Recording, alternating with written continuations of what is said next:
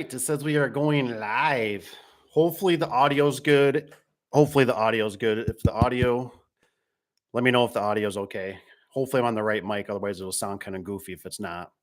Otherwise, welcome. I hope everybody's doing good. Dave here with Affordable Door and Gate up here in a rainy, gloomy day in Michigan. So, anywho, I wanted to talk to you guys a little bit about money and some of the things I have seen across in the business and um, a lot of things. I kind of want to dive into this. So I encourage you guys, if you have questions, even if it's not related to the topic, you got any kind of garage doors or anything related, business, personal, whatever, throw it in there. I'm not afraid to, you know, I'm here for you. That's what I'm here for. You got many years. I just helped Cap actually day or so ago, yesterday, might have been yesterday because my back is burning.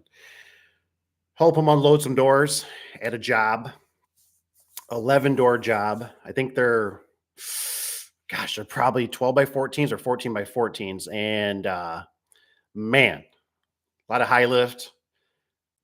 Thank goodness, let's just say the builder had a SkyTrack. All right, so this money, I appreciate the thumbs up too. That's great. Thank you. So the money, what I've noticed in the business, right? And I've thought about this. Let me know if I'm crazy. When it comes to business, so you kind of got either the employees or you kind of got the subs, right? You kind of either sub them out. And one thing I've noticed that's really difficult in the business, it's hard to get guys motivated in a sense. I want to simplify this a little bit, but it's hard to get them to want to get those jobs done quickly, effectively, efficiently, reliably, all those things above. What I've noticed is like with money, right?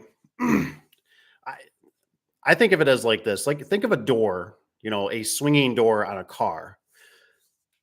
How do you get somebody to take care of the vehicle, or how do you get somebody to like not slam the door, or spray a little oil on it once in a while on the hinges, right? I'm talking like a vehicle door, a service vehicle for a technician. It's basically impossible, right? Yeah, you can go through a checklist, you can do all these other things, but what I'm getting at here is that when it comes to their personal vehicle, right? The one they drive outside of work, they take home, they take their family, right? Oh, that's a different scenario, right? I mean, they're doing oil changes. I mean, they're spraying all the hinges, once a year maybe. They're buffing it, they're waxing it, they're really taking good care of it. But when they come in and they're working for you, it's like their responsibility is basically I install garage doors, and that's all I do. Now, I'm not saying that's all of their mission in a sense. There's more to it. But what I'm trying to do is I'm trying to open up some of you guys that are starting out or thinking about getting into the business, right? Like the one guy I watched that still does the trucking, right? I love watching them because I it makes me not feel so crazy because I remember when I watch him and I think about all the problems and I went, yeah, that's there's a lot of variables in there, and what I mean by variables is that let's say in truck driving, right? You're driving a semi truck, right? You might be a really good driver. You might be a really safe driver, but you got all the other knuckleheads out there that are working against you. Road rage, you got people texting and driving, smoking at the same time while they're wheeling something, drinking, drugs. I mean, it's just those are like variables that you can't control. You know what I mean? Even the truck driver that dropped off our doors the other day at the job site, which was really nice of him for changing it up. You got to remember that, I think he said he was doing it for like 30 years. And so I'm always encouraged, I asked, I said, hey, do you think it's gotten better? And he's like, no. And that's pretty much what I hear across the board.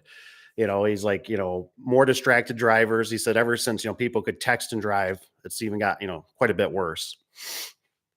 So it's just things I like to think about. I like to bring up because I go, these variables,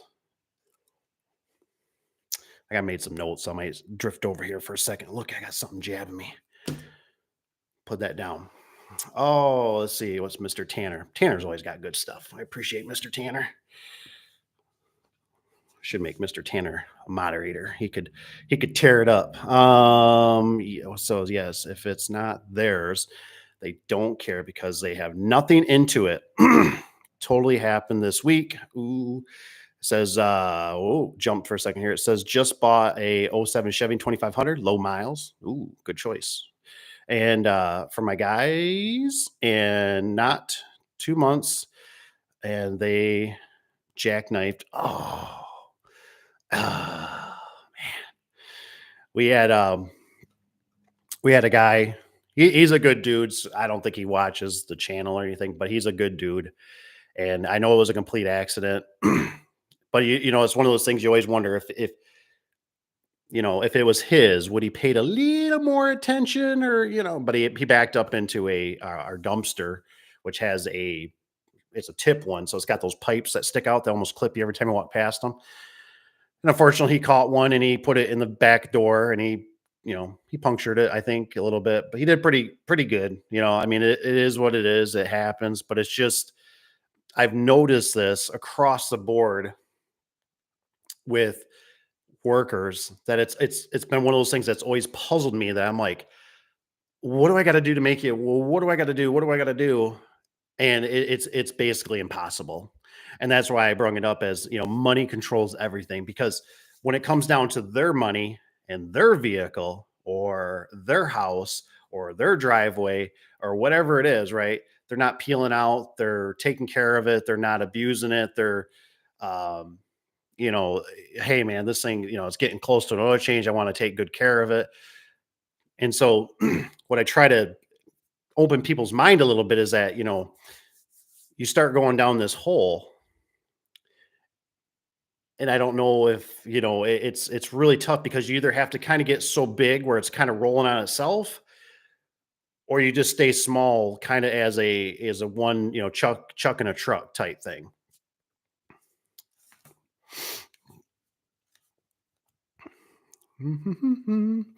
So I put this notes down here, but this is kind of generic. This is what we all kind of know, right?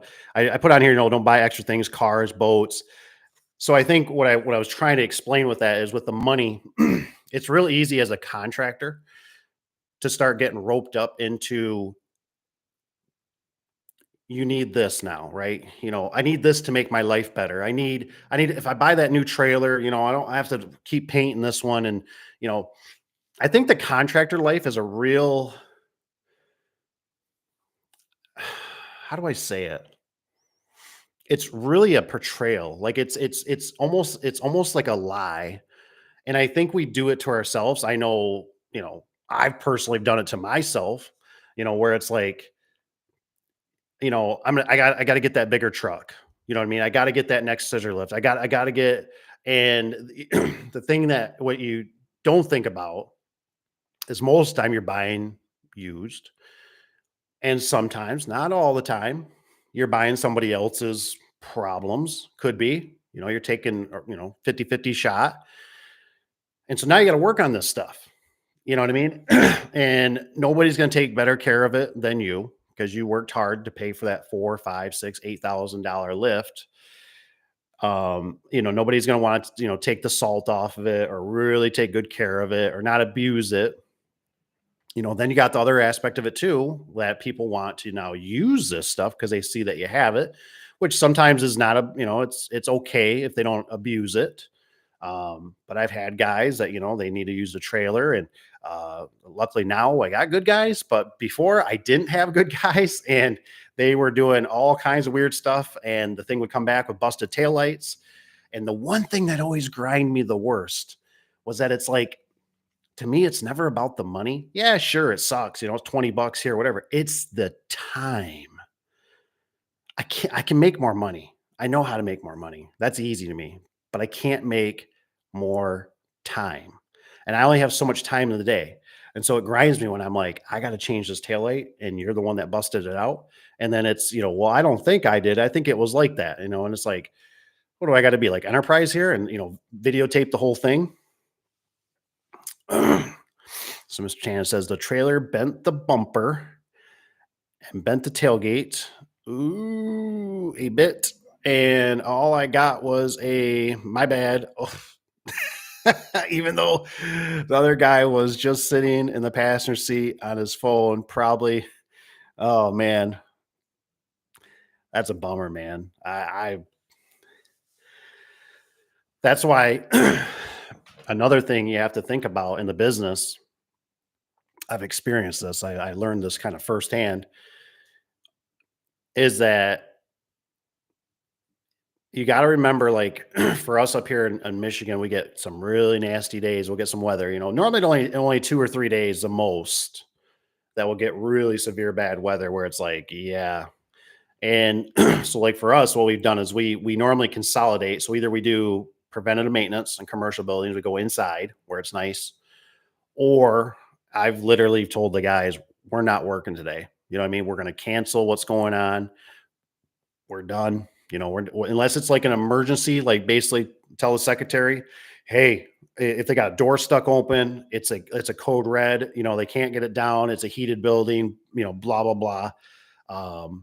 Then we'll do something. But I've learned too many times. And it could be anything. It could be a huge rainstorm. It could be hail. It could be high winds. I've turned into a really good weatherman since I've ran, businesses because I'm always watching the weather. It's like I said, I always explain it. It's like I said, you're in charge of a boat, like a crab ship, or yeah, am I saying that right? Like really big vessel, you know what I mean? And you need to know all the things encompass around you all the times, right? You need to know what the propellers are doing. You need to know what the helm's doing. You need to know what the bridge is doing. You need to know what the engineers are doing down below with the engine compartment. You need to know what your guys are doing, and you got to know when kind of to, push the throttle forward to pulling it back. You got to make sure you got enough bait, sails, all that kind of stuff. Uh, Doors, how they. So, like I said, this is another one I was writing on here. I'll scribble these out a little bit. I was talking about the cars, tools. I've had guys lose a lot of tools. I've had guys literally, I've watched them throw screw guns and stuff like that right in the sand when I've been working on either like gates or fences. So it's almost like you got to get to the point where you're big enough where that money's so flowing that that's a write off. You really don't care because you're bringing in so much money. Not that it's like they shouldn't be respectful, but I've literally watched. I really think the I'm sorry to pick on the younger generation, but I think in general, well, I think I don't. I know this. I'm positive on this. The problem is a lot of people don't come from a farm anymore. Stuff used to be back in your granddaddy. He was on a farm, right? There was 90% people were farmers back in America back in the what 70s, 60s, something like that. 50s, and so most people don't even know how to. They don't even know how to run stuff. I mean, I've watched guys try to start, uh, 2-cycle engines, and they don't understand it. They can't even smell that. That thing's puking out gasoline. So I've watched one guy when he got it started. He's sitting there and he's dogging it. It was a saw, for cutting concrete, and he just kept dogging it. And luckily, my uncle walked up to him at the point and said, "Hey, dude, you got to rev that thing up." He says, "You're going to burn the clutch out of it." And so they can wreck things really fast. Um, I've seen, we've had countless, I know Cap, one of the things he always did was he would take the keys. This might be a pro tip for you. He takes the keys off his vehicle and he's got a clip, it would clip to your belt. He'll clip it to the battery charger because we know that's a notorious thing that we forget about. So take your clip, take your keys off. Obviously, you're not leaving until you go get that battery charger because you know how battery chargers are. Sometimes you leave them, in the corner of the garage. Sometimes there's a breezeway. You put them in the breezeway. You got to go outside. There's an outlet maybe behind the building, things of that nature. So if you clip your keys on there, you're not gonna forget. You're gonna walk back there. Where's my keys? Oh, that's right. I got to get my battery charger.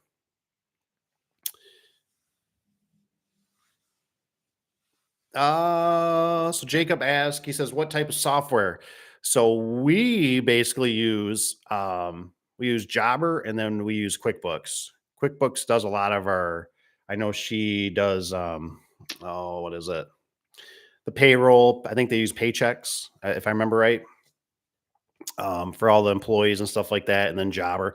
Jobber's been amazing. I love that Jobber. I don't know if they're still offering it, but they were doing, they do month to month contract versus we did one. I wish I could remember what it's called, but it was horrible. It was like we spent like $3,000 or $5,000 up front, and it was horrible. It was like using Excel. I mean, it just nobody could access it. You had to be at a certain computer, which was really horse manure.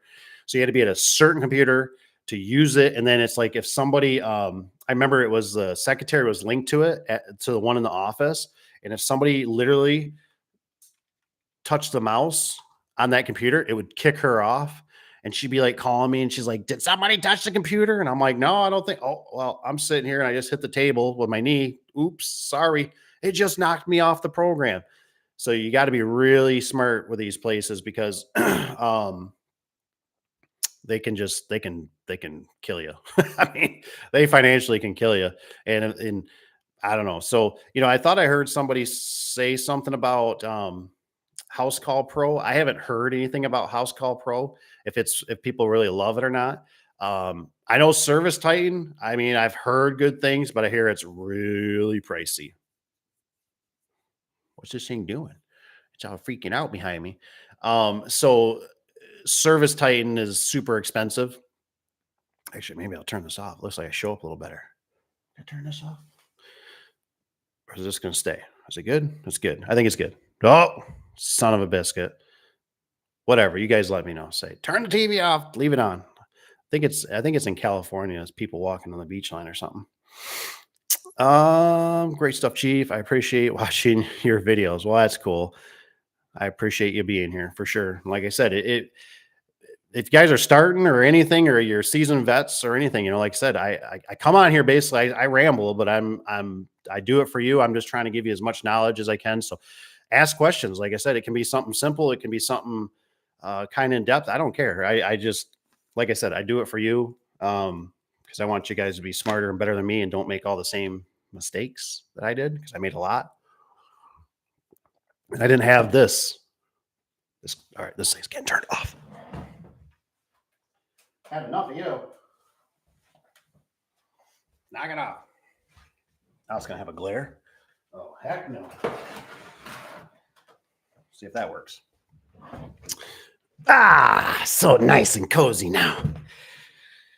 So, but no, what I was saying is we didn't have this, the only thing I didn't have anybody, basically my whole family, besides maybe somebody that was kind of close that comes, is probably my uncle. He was basically a self-entrepreneur contractor.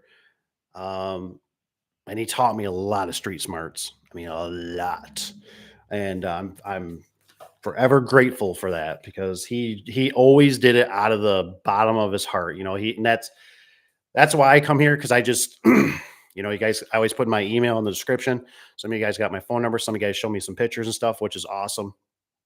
And then, always remember, obviously, if I don't get right back to you, it could be just by accident. It could be I looked at it and I'm gonna make a video about it, or I, don't be afraid to send another one, a few days later or 3 days or whatever, and say, hey, did you see that email or whatever I sent you? Because sometimes I'm just like you, and I'm out on the job, and and it's like I'm unloading doors or whatever it is, and it's like you look down and it's like, oh, that's cool, that's a good one, and then you're like, okay, well, and then you know how it is, it goes away. I'll cross some of this out. Oh, excuse me. Pass, they do the job.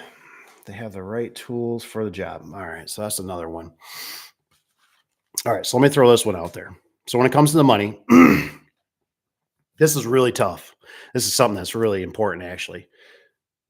So employees, what I found is when you got them, I can go in. I about guarantee I can go to the shop right now. I could go in somebody's truck, and I will literally look at it and go, what in the, like, how do they even operate? Like, where's all the wrenches? Like, where's all their Allen wrenches or, um, what are they using for drill bits? My goodness, these things are horrendous. But see, here's the thing: when when you're on that side, right? They don't have like motivation, right? They're just like, I make do, I make it work, right? But when you're like chucking a truck, or you're kind of you're the boss, or you're the lead guy, or whatever, right? You want to whip this stuff out, man. You want to get on to the next one, right? Because time is money. So I see that a lot with tools and stuff like that. Batteries is always one that grinds me. I'll get in somebody's truck. Maybe mine broke down, or they're gone for the day or something. I gotta, I'll actually investigate just a little bit to see what their truck's condition is. And I've had it where, it's like you get to a job and they got like two batteries, and or three, and one's junk and the other two are dead. And it's like, like, you know, and then it's like you ask them the next day and they go, well, I charge it at the customer's house. And you're like, yeah, dude. Like, I've literally ran extension cords because I didn't want to. I've personally have forgot them in the shop or at home when I used to work from home. I forgot them at the shop. I'd run an extension cord out there. I was literally going to put a reel on my truck that reeled out an extension cord so I could plug it into the shop like a diesel. And it would also keep my vehicle semi warm with a little heater in there, space heater. And I was going to have it where I had a strip on there where I'd have all my batteries so they charge. So all I got to do is put the batteries on, on the chargers, and boom, it's all charging. The vehicle's semi warm. Maybe it has a little even block heater of some sort, for the oil pan. Things to think about. Let's see here. Great stuff. Mr. Turkey. What's up, Mr. Naito? The first, what battery tool systems are you on, if any? What battery tool? Battery tool. So I'm assuming you're talking about like our power tools that we use to put up the doors and our drills and stuff. So this I might have mentioned this before, but if you're going to run a crew, this is just my opinion. I've struggled with this for many times, but I use Milwaukee. I'm a Milwaukee guy. I can't say that Milwaukee's like, I've had some problems with them. I've had problems with all of them. You know what I mean? It's not the perfect, right? But I did the Milwaukee because they're red. Cap does DeWalt, right? Because they're yellow. I think Mr. J is on. I think he's on the Makitas. He's got Makita. And I think Mr. N, he's on. He has the rigid still, I think. Now, the reason I do that is because I struggled for many, many years. I mean, I've painted so many tools, and I mean, it was such a nightmare. And what would happen is we get on these big commercial jobs, right? And then everybody's reaching in their vehicles, and everybody's pulling out tools and batteries and stuff, and they're putting their chargers, right? And I don't think it was on purpose, but I knew, right? Some of my stuff would come up gone when we had all the same tools. And I mean, I would literally we tried painting the tools. I mean, I had tools that were DeWalt yellow with purple on them. I had some that were pink, like I was trying to make it so like the theft wasn't so high, and like kind of almost embarrassing, like go get your pink drill. You know what I mean? Like just to make anything stand out. I mean, I used to engrave them. Everything I used to engrave on the plastic on where the battery would go in, so it was safe and protected. I'd literally engrave. I'd write 94 Ford Ranger on it. And it was just, looking back, it was so stupid and it was so time consuming. But I didn't know any better, because the problem is I understood DeWalt, and DeWalt worked good. We had the 18 volts. What we started out with, the XRP. I still got some of them. I still use them around the house. They're great. They're just built good. So, like I said, Milwaukee, everybody else got different tools, and I love it. I know some of the guys are a little bit more fan base where they're kind of like, I don't really like this, blah, blah, blah. But I tell you what, it just makes life so much better. Nobody has no reason to take your tools. They won't work. You know what I mean? And it's easy to identify the colors. Oh, we know what that is. It even has the name on it. So easy. What's up, been doing? Mr. Turkey says, been doing commercial for about 8 years. Ooh, about to take the leap of faith to go on my own. Got my LLC, getting some marketing materials put together, and we'll begin doing weekend jobs. Nice. Too bad you're not close. We got a big job right now. I could use a weekend guy. Really good. We dropped off the one, and I don't know how we're gonna.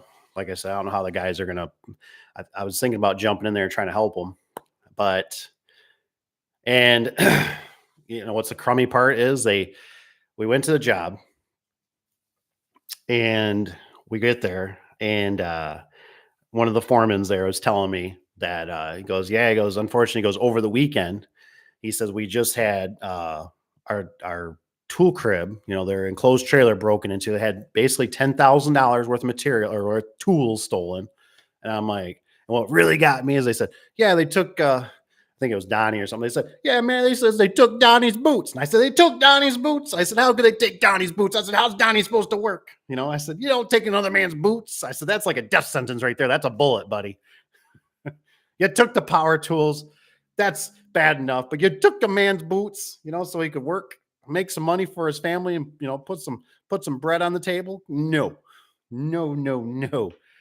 And he's like, because then they were talking about maybe it was an inside job, and then Cap was telling me, he goes, I don't know, he goes, to steal somebody's boots. So he goes, what are you gonna do with them? He says, he says, could you imagine you come to the job, you're wearing somebody's boots? Those are my boots, No, they're not. I bought these off eBay. Oh man. So that's cool. That's cool. I would just tell you just a word of caution. And this is my opinion. Take it with a grain of salt. For Mr. Turkey.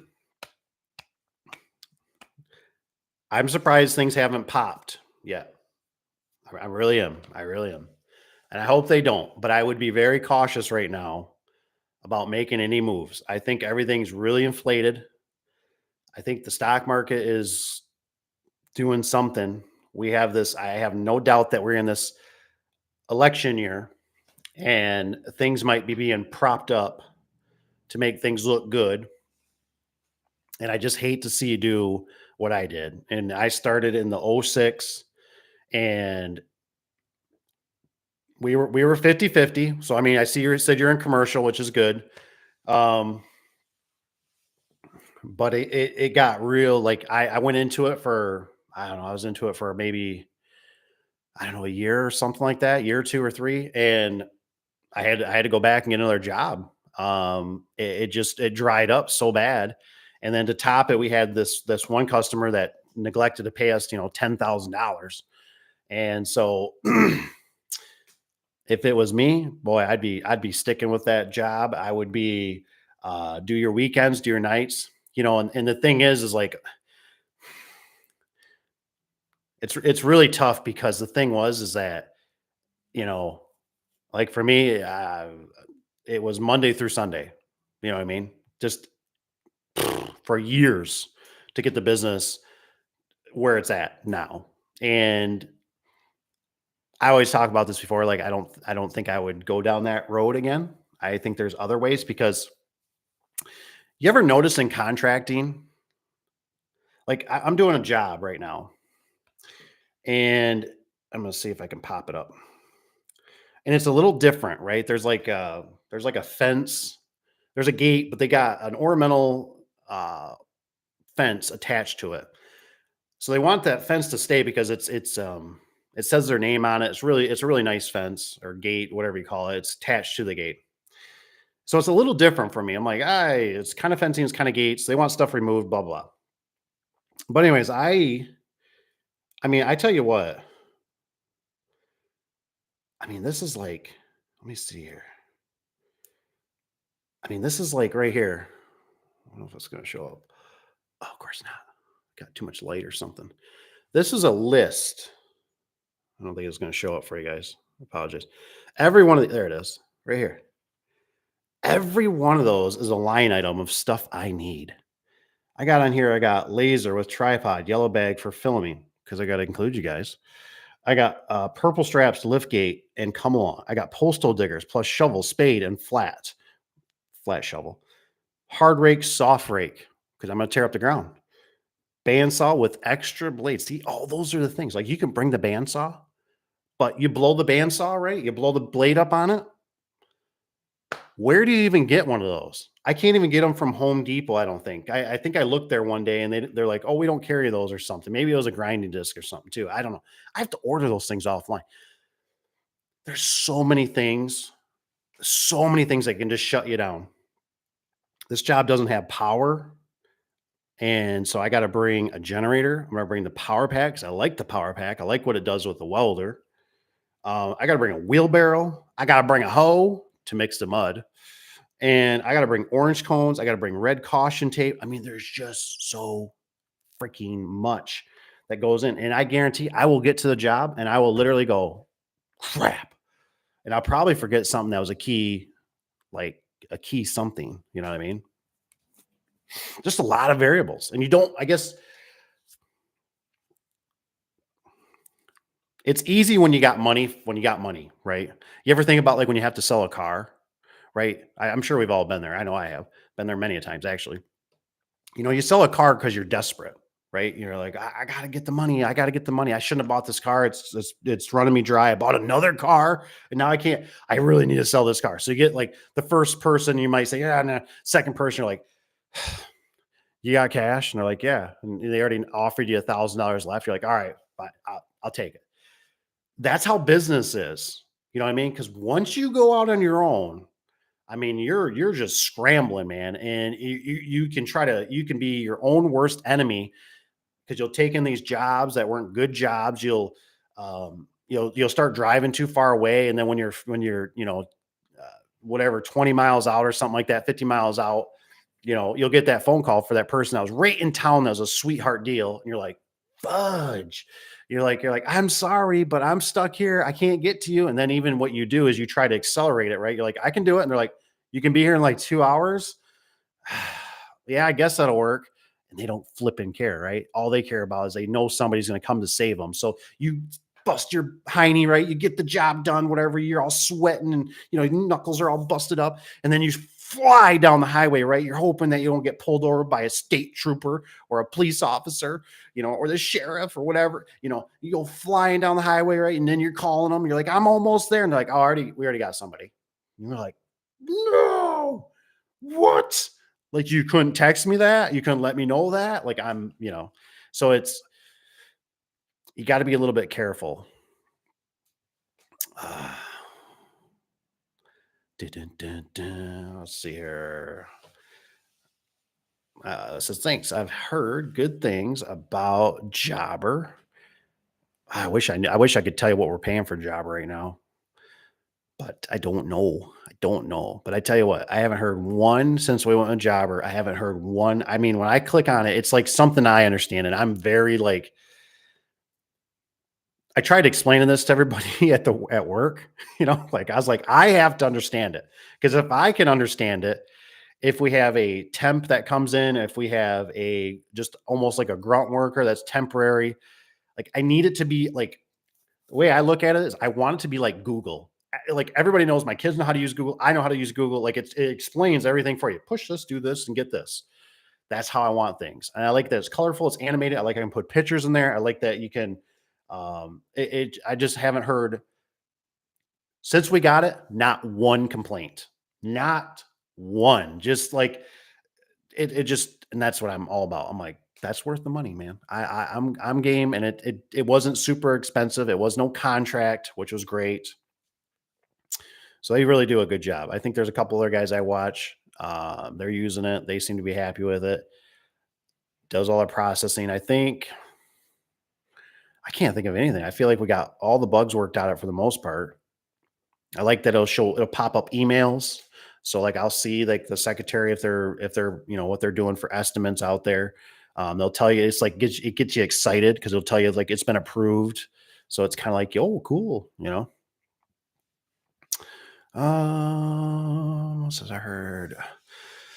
What's Mr. Turk? He says I heard Joyce is a good and inexpensive CRM.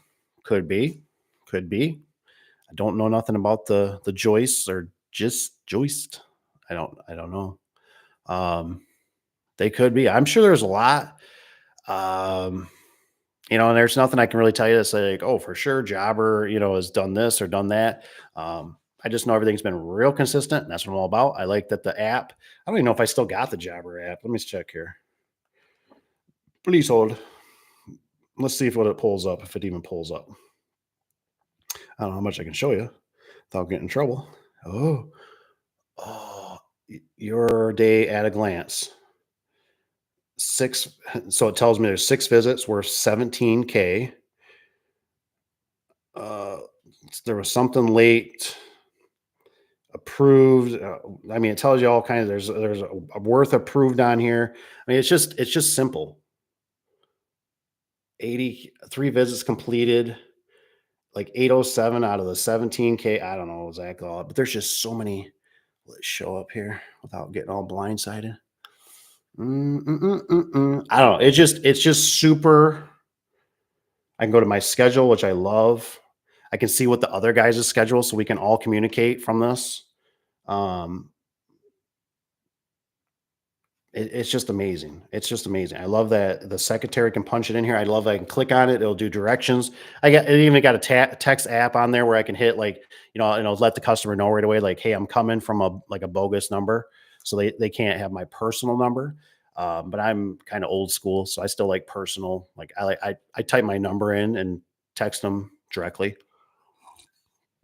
Because I'm just that type, I too. Plus, if the customer has any kind of problem, since I'm communicating with them, I want them to directly contact me. Basically, if they say, "Hey, you left a battery charger here," and I'm like, "Oh, I did," instead of the secretary, and the secretary is going, you know, "Hey, you left a battery charger." I'm like, "What at what job? I've been to 6 today." Well, the one, at this, and oh, okay, yeah, Well, are they going to be home? I don't know. I didn't ask that. You might want to call her.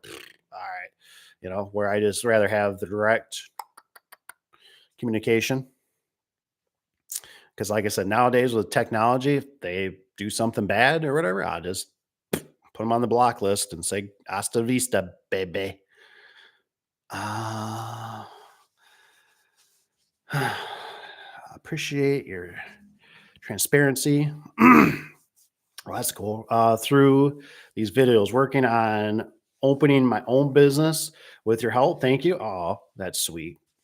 That's sweet. No, like I said, that's what I'm here for. Like I said, if you got any questions, throw them on here. Anything. It could be, there's no question that's a dumb question, because uh, I still don't know all the answers, and I'm still always searching. I'm getting feedback from you guys. I've been learning stuff from you guys as well. I'm still growing. I mean, I just sometimes, like I said, I'm not gonna be the guy that's on here that's, oh, everything's great. Like I said, I try to show, not deliberately, but I try to show more of the bad in a sense, because when you kind of go into this, and I've had guys that worked for me that betrayed me. They've lied, they've stolen, they've smashed up vehicles. And I remember one guy, he always, why don't you just stay small? Why don't you stay small? And I said, well, it's all a preference, right? And I said, I want to go on vacation. You know what I mean? Like I want to have, the business still can run, because see, the thing is that all of us, right? We work our butts off to build whatever you're doing, right? Business, it can be a different business, even landscaping, it could be concrete, it could be, you're building one heck of a business, right? But now you turned into somewhat almost like a farmer, right? You can't ever leave now, because if you leave, what if you want to take a week or 2 weeks off? Who's going to run the place? You're just going to tell the customer, especially if you get in with commercial customers. They're the ones that they can't do that. You go into commercial buildings and stuff like that, right? Well, think about it. I mean, they got so many employees there, right? One person leaves, well, the trucks still run, right? The one of the secretaries, they got 3 or 4 of them, leaves, it still keeps running. I mean, think of a fire department. A fire department has all these employees, and for you, if you're chucking a truck, or even just with one other guy, it's not that it can't. It just depends on what you're doing. See, and the problem for me is that I can go out there and sell, man. I got all the stuff there to make it where I can have all the work you can imagine flow in. But Can you deliver on it? Because if you can't deliver on it and say, well, it's going to, be in 2 years, I'm not waiting 2 years. You know what I mean? So that's what you start running into. It's kind of like a salesman, right? My buddy, when he was running sales at ABC Roofing Supply, he's a good dude. I knew he was going to run into a roadblock because he kept saying, "Oh, I'm going to make all this money. I'm going to make all this commission." Well, business is kind of the same way. You can only do so much. And well, why?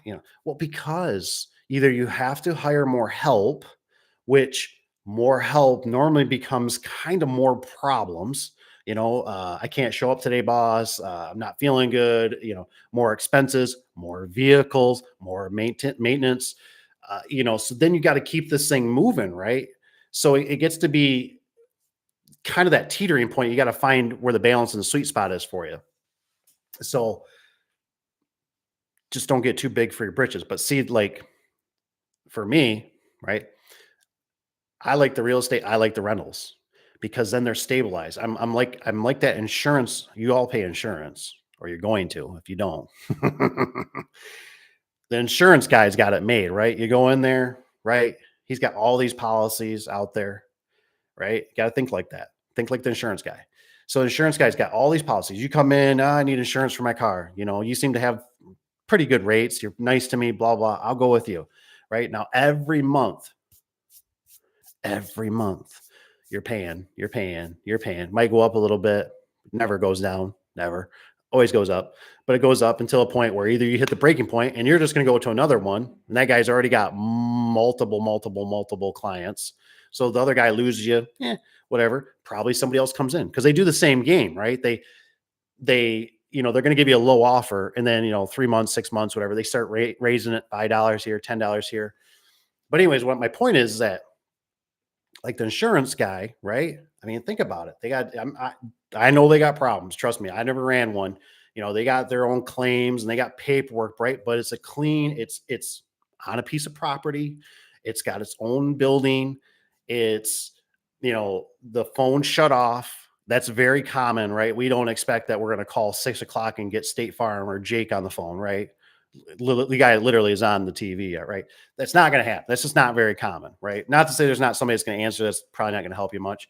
But what I'm trying to do is I'm trying to make you think where you go, I see what Dave's kind of saying here. I see what Uncle Dave's trying to teach. Like, it's, you get this thing rolling, right? But now you got to keep it rolling, right? Or you're going to tell your customers, say, well, I'm taking a week off, which you can do. You can do. But who's to say you're not going to peel one or two off? That's going to go, what, this guy he takes off, it's a very gambled, like with the real estate, like I said, with the rentals stuff, you get somebody in there, there's problems, leaky roof, toilets, but they're locked in. It's a cash flow. Every day you don't have to, I see my brother-in-law, he's a great dude. I'll talk about him in a minute. Don't let me forget my brother-in-law. I'll tell you a story on it. I want to make sure I keep on your guys's. He's a great dude. All of my brothers are great dudes, actually. Let's see here.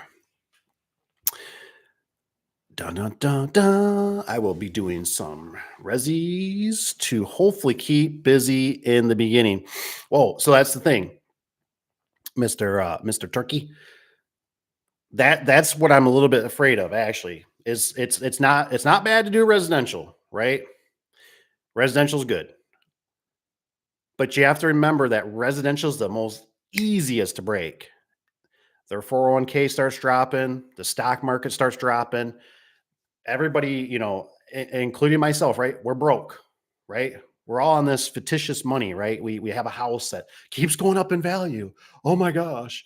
Think about when COVID, I shouldn't say that, but when the cough syndrome was going around, the cars, right? You could buy a car and 6 weeks later you could sell it for more than what you bought it. Insane, right? But that's a great feeling. Oh my gosh, everything's just flying off the shelf. If I could have bought $1 million in doors, material, I would have doubled my money, because I could have sold it because I had so many people looking for stuff they couldn't get their hands on, right? And they're trying to build buildings or revamp houses because everybody's home and stuff, just like all the lumber, right? We had the big lumber shortage. So what my point is that you got to be careful because residential, It can, I mean, can just, it did for me back in the oh 06, oh 07, oh 08. It tanked, and it tanked for like, it was a good, I think, 5 years. It might have been 5 or 6 years, but a good 5 years that it took until the economy. Every day I kept looking at the stock market and I was like, oh my gosh. I was telling my business partner, I was like, look at the stock market. It went down another 90 points today. And I mean, it's already gone down, whatever, like 2,000 points. And it was like nobody was spending money. I mean, nobody. And like I said, we luckily we had our commercial. They were still doing everything and everything was kind of chugging along. But towards that, about 3-year mark or whatever, it's like they started catching up too, going, whoa, hey, people aren't buying our products. We better get our maintenance guys on more on this stuff instead of calling everything out. Because that's the thing. We go in these shops and I'm like, I can't believe these guys are just sitting on their heinies and we're in here doing this. They're not doing nothing. I mean, all they had to do is change a roller and spray some lube on it and it's good to go. So what I would be doing, this is what I would be doing. I would particularly be waiting until we find out until next year. I know that seems like a long time, but I'd be waiting until next year to find out who our new king is going to be in power. And I might even give it just a little bit longer into that before I was to make a move, because they might just crash this puppy and say, well, here you go. Have fun with it now, and put it on somebody else's hands. Or the same kind of person could stay in power. It's really hard to say, but there's just so much turmoil going on out there right now with the immigrants. I mean, there's just too much going on. I mean, with like 3 wars, and right now, all it is it's like that saying, right? Who controls the media controls the masses. And right now, the media is not pushing anything.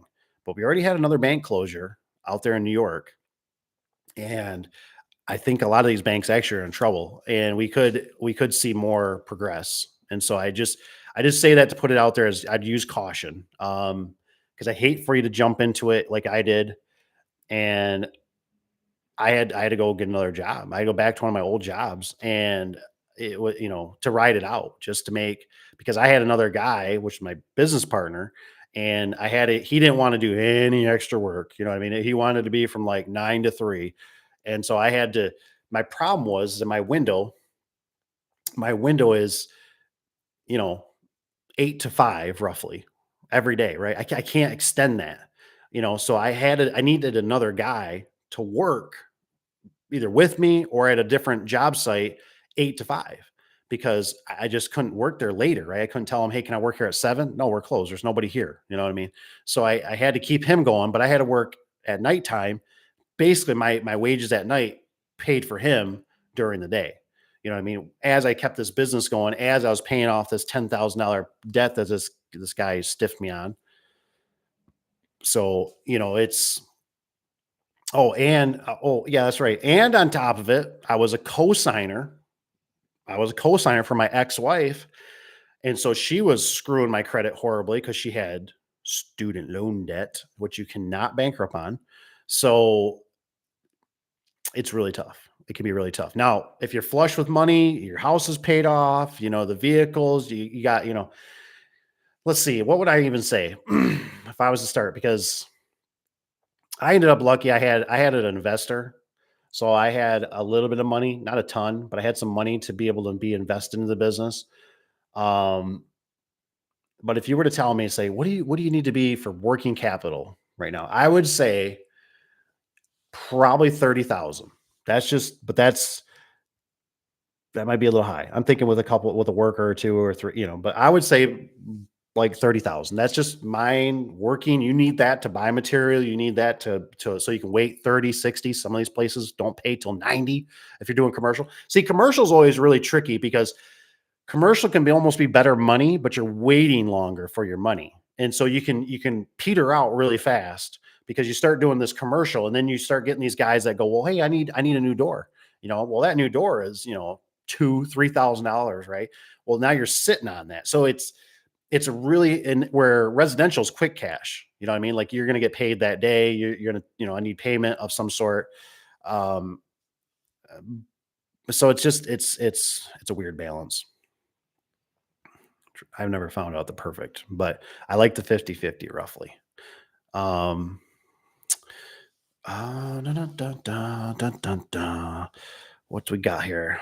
What marketing would you do now when starting out? Google ad. I got that. That's not. Ugh.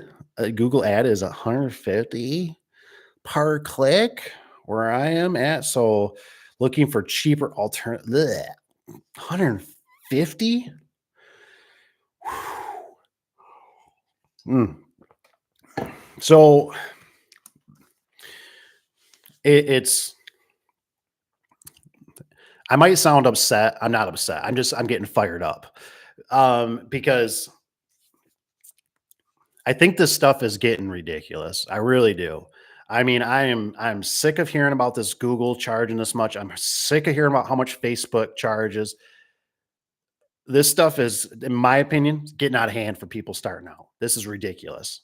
Um, Couple other business ventures. The Google was even a nightmare to even get fired up. I mean, it was, they want me to like stick a key in and turn the key in like a 3-second video to show the vehicle with the stickers on it or something. I mean, it's, I was like, what? I was like, how about I just pay you? And like, which I'm sure, there's kind of like organic Google and then there's kind of like you can pay Google in a sense, but even some of the pay is getting to be where, I mean, they track you, they listen to you, everything is being I mean, so it's getting tough. But so my opinion, and this is why, like for the turkey guy, this is why I'm like, man, keep it going as long as you can. Or I mean, you're drowning so much, and people are in your area are just are demanding. I mean, like I feel like I'd be wanting to turn down like 5 to 10 people a day and be like, I'm sorry, I can't. I'm so busy. I'm sorry because like when I started in '06, I mean, you could go into a lumber store or a box store even, and you could be in this checkout. I mean, you could literally stand in the checkout with this sweater on, and I guarantee I about had like 3 people walk up to me, hey, hey, hey, hey, hey, hey, hey, shh, shh, hey, and I want to like put this out, but do you do garage doors? I'm like, yeah. Man, hey man, you got a card? And I'm like, yeah, here. And they're, it was such a different time. It was just like when the cough center was going on, right? How many were out there searching for something you couldn't find? Products, material. It was the same thing. You were calling, right? You just call, call, call. Hey, you got this size in stock? You got this size? Nope, we're out. Oh my God, you got this size? So I would, I'm a big thing about I like controlled advertising. So like yard signs are good. Put them on telephone poles. I like small, try to find those people that do those little flyers that are, when you're at a restaurant, because you can get a few jobs and think you're killing it, right? Oh my gosh, I'm making so much money, blah, blah, blah. But you realize real fast how that can dry up, especially when you got the real operations, right? You got to pay for fuel. You blow a tranny out of the vehicle. You got to get tires. Oh my gosh, we broke a brake line because what happens is you start running into, you know, do I fix the brake line? Well, if I do, I don't know if I got the right tools and it's going to cost me the whole weekend. Crap. But if I take it in, it's probably going to be like $1,200. Ah, so either you got to start having multiple vehicles, especially if you're driving used, and or you got to have a really good mechanic, right? And even the mechanic still is expensive because that's just what they are. So you run into this really hard balance. But I'd start working on make sure you're trying to get reviews from your customers. You know, there's ways to be savvy about it. If you really, think you want to be, I can give you some pointers, but I'm going to have you email me because I do have, I know some of my competition watches me. So, but I'll give you some tips on how you can do that. But, also, so get the reviews. I like the yard signs. I like, you can do, sweaters. Even sometimes like I got a couple of family members that like all the sweaters. Like they're kind of, I don't want to, maybe they're cheapskates. I don't know, but they just wear the stuff all the time, like shirts and that because they're free. You can do stuff like that. And that just kind of helps get it out there a little bit. Um, Unfortunately in the garage door business, at least in my geographical area, we are not a very, I'm sure it's different in Palm Beach, Florida or something, you know what I mean? But for us, it's function. Everything for us is typically function, maybe a little jazz, right? But we typically don't have people shopping around just going, "I'm sick of this garage door. It just looks dirty and old. I want a new one." We don't have that. It's, "Hey, my spring broke. How fast could you get somebody out here?" You know, and then when you get there, you realize they need a whole new door because it's caved in, it's ripping, and you're like, you really need a new garage door. I'm gonna clamp it. I'm gonna get your car out, but you really can't use it. I can put struts on it. This is gonna buy you time. But it's really tough when you're in it, um, to balance. I mean, you wear so many different hats that it's unbelievable. I didn't even, like I said, I never even knew it. Never even knew it until I got into it. I'll give you an example about the brother-in-law. Brother-in-law, he's starting a new business, right? He's very ambitious, let's just say. He's a very go-getter. And he just did a home and garden show, which is awesome. But what it so he does the floors, right? He does coating epoxy floors, whatever. He just did a commercial one. He mentioned that he possibly might not be doing commercial anymore. And I thought, oh, that kind of got my attention. He talked to the wife or whatever. And these are things, right? I'm thinking, oh, I know he has problems. I just don't know what they are. Somebody there while he's doing the floor. It's basically a DPW, Department of Public Works, so there's trucks there, salt trucks, whatever, blah, blah. Anyways, there's people working, right? And he wants to work during normal business hours, right? Because he's got a family and kids and all that kind of stuff. Now, they didn't say, hey, we want you to do it after hours. But anyways, as he's doing the floor, he has to clean it up. He has to put all this shiny stuff down, basically paint on the floor. They got caution tape up. They got people walking through the caution tape. What? What are you doing? So they're wrecking his product before it's even done, hardened, and dried. You know what I mean? It's like having wet paint in the house with kids. Don't touch the walls. Yeah, right.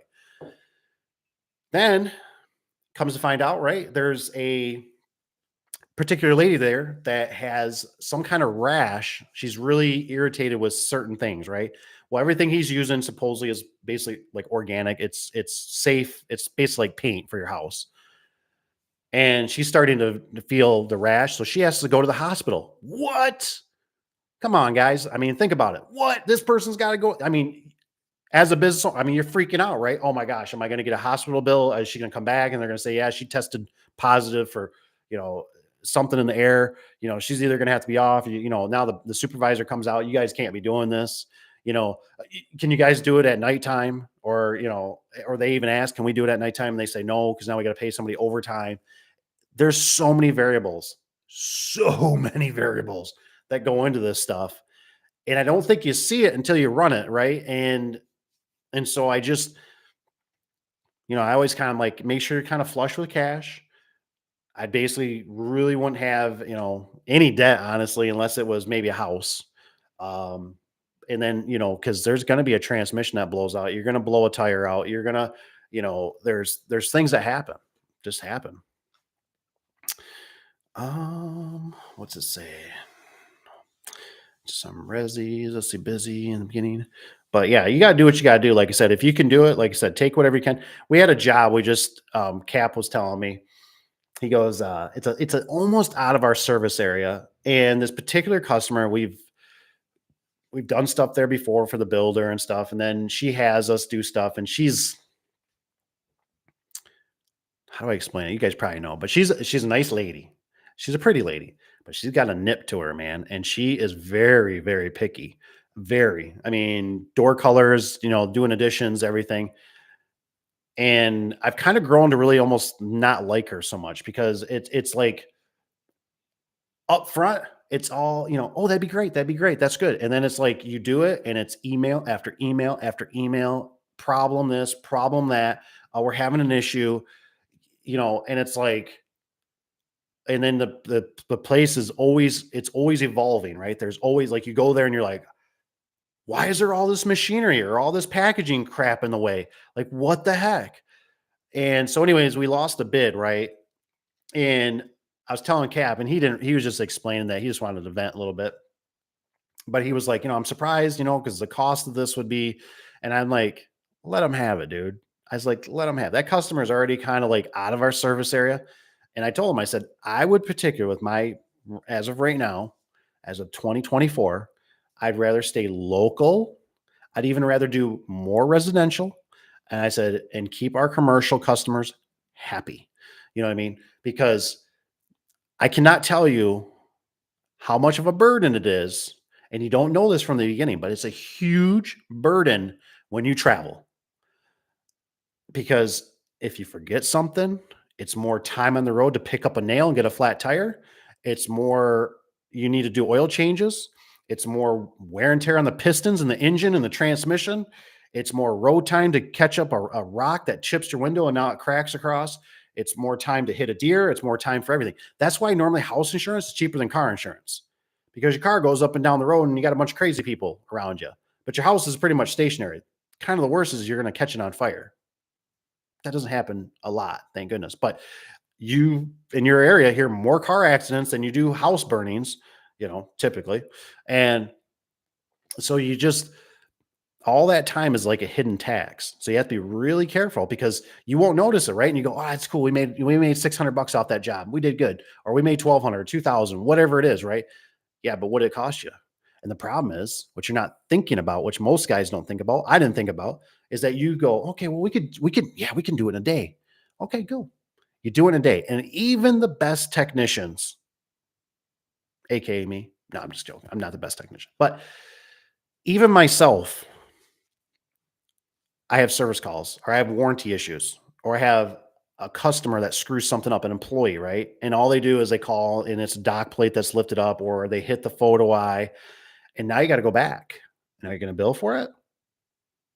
Maybe, maybe not. It's a good customer. You're going to tick the customer off if you do. Maybe this one's just a freebie, but the next one's not. You know, all these things. Well, like I said, but you just drove an hour one way to get there. You know what I'm saying? So but if they're close to the shop or close to your home, that's key. I like how this camera changes when I put up my hand. Sorry about that.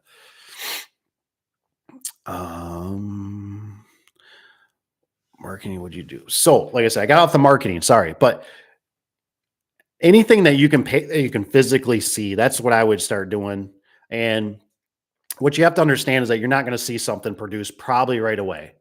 And you can spend a lot of money in this stuff. And I think you can really pee a lot of money away and you don't even know, because I know Facebook does it. They'll advertise, they'll say you get so many clicks and they're advertising in a different state than you even want. So you're getting rogue leads, but all you got to do is all it takes is for you to, you'd be amazed how much you can get done if you go and interact. You go to some of the lumber yards, just go there even when you need some stuff, right? Change it up. So instead of going to Home Depot, go to a local lumber yard, wear a shirt, be dressed halfway decent, got the boots, got this, and don't be so pushy. Just come in there, but somebody might go, "Hey, you do garage doors?" "Yeah." "Why?" "Oh, well, our last guy, he quit or he's no good really. And we're kind of looking for somebody. Got a card?" "Yeah, I got a card right here." And make sure it's got your cell, it's got, an email, it's got, as much as you can do on it. And because all it does is it takes one person. It could take one person, two people, and all of a sudden, boom, you're slammed. You get onto something and you're just busier than what you can even believe. But you got to get out there, you got to talk with some of these people. You got to kind of mope around a little bit and it'll come to you. You got to, but this stuff with this money, I don't want you getting trapped with it, because I think you can spend a lot of money on Nextdoor. I think you can do Facebook, and some of the stuff is just, I don't think, delivering the way it should be. But remember that you are a fire extinguisher for the most part. That's what I was trying to get at, is that until something happens, that's when they think about you. They're not just, "Well, I'm just going to call everybody in this Rolodex here and just have everybody come out and give me a price." I mean, think about what you guys see if you're on any Facebook groups. And that's what I'm saying. This stuff is getting to be almost kind of silly, right? And think about, like, I see people go on there and go, "Hey, I need a roof." And all of a sudden it'll be, "Oh, this person, this person, this person, this person does a good job. This person, I like this guy," and it's like, I sit there in my head and all I tell myself is, I go, "Could you imagine that if this person calls everybody in here that they message about, and also looks at the phone book and also goes, and some people do. They don't care about your time. That's why I'm always telling you, use the phone. Use the phone. Have them take pictures, because you don't know what this customer's intent is, and they could waste your time, and you could spend a lot of time driving around, a lot of fuel. Um, and they're not really your friends. I hate to tell you. I know you want to think that, but most time they're not. There's so many that they just don't care. They just want their stuff fixed. They want it fixed cheap. They'll make you feel good. Um, so yeah. But if you guys got any other questions, throw them in here too. Think I should take, what's Mr. Mark say? Think I should take my tech to an ID Expo? Ooh, that's a great question. Vegas next month. I took him 2 years ago to get certified. Have you ever been to it? Yeah, I've been to the IDA. I thought about going to the one this year. If it's, I think it's in April. I haven't passed it up yet. I got it here sitting somewhere. But I don't know. It's tough. It's tough on that one, Mark, because I look at it like if they kind of want to go, I don't think it's a bad, if they're kind of wanting to go, then I think it's not a bad deal. I don't think I would try to like influence them or encourage them or try to butter them because if they, if they're missing time with their family, and I know yes, you could pay them. I don't. That's a great question. But here's the thing, I look at it and I go, do I want to spend this money? Because to me, I look at training as better, right? Because I go, if it's a training seminar where they can learn, they get the fire doors, they can learn how to work on gate operators, they can work on commercial openers. I don't think that's a bad thing because that I look at, and if then you're gonna pay them, because for them they look at it like, hey, I mean, I gotta go spend 2 days at whatever. Boss man's paying for my hotel. He gave me $50 allowance for food or something. Man, I'm gonna be living it good. I can get away from because every tech is different, right? Some love their wives and don't want to ever leave them. Some basically could care less and they can't wait to get away. So and that can go the other way with the ladies too, right? With their husbands. And so I don't think it's bad. It's kind of like when I go there really isn't too much. I mean, that's like, whoa, this is revolutionary. But you do get nuggets, and you do see products and stuff. But it also might encourage them to be like, hey, you need to get me a spring winder. And hey, you really should sign up with these garage doors or whatever. And you're like, yeah, you don't really understand the whole background of it. So like I said, I think it really come up to the individual. Like I said, if they're cool to hang out with and they kind of want to go, and you guys would obviously have to work out the details that if it's like, hey man, I'll just pay for everything, like your food and the room and everything. And they're super cool about that. And I'll pay for the airplane or the car ride or whatever, then I'd be, but if it's like, well, you're going to pay me my wages, and then how do you decipher that? Is it going to be, for just 8 hours? Because the thing is that you always have to remember is that, for, I don't really like saying this, but what if they take that knowledge and they go start their own place, own garage door, or, uh, is there a non-compete, stuff signed? Because you can invest so much into these guys and they either just say, you know what, I'm going to go work for somebody else, or, and you just never know. I mean, I've had guys that are really good at manipulating that, you don't even know it's coming. And then all of a sudden it's like, oh, I got something else. So you just use caution. I don't think it's bad. It's just, some of the guys when I started out, I sure as crap didn't want to be in a hotel room any longer than I had to be with them. So to me, it's always a fun experience either to just take the wife, um, things like that, and then you gotta get 2 rooms, if he's bringing his wife, if you're bringing a group, or, it can get kind of expensive, but I don't think it's bad. Like I said, it's just, you just got to kind of, hopefully I gave you a few little nuggets in there to think about, it's just use caution. I don't think it's horrible. I mean, I like all my guys. I remember one time I had a guy, um, he said something about, he's like, well, I don't know how to install this. I mean, he was such a rude dude. And he's like, I didn't go to the training on this. And I mean, it's basically a jack shaft opener with limit nuts in it. It's nothing, and he's just flipping out. And I'm thinking, okay, like, and what if I did send you, like, would you, feel better about this? We were trying different products. I was trying to make stuff better.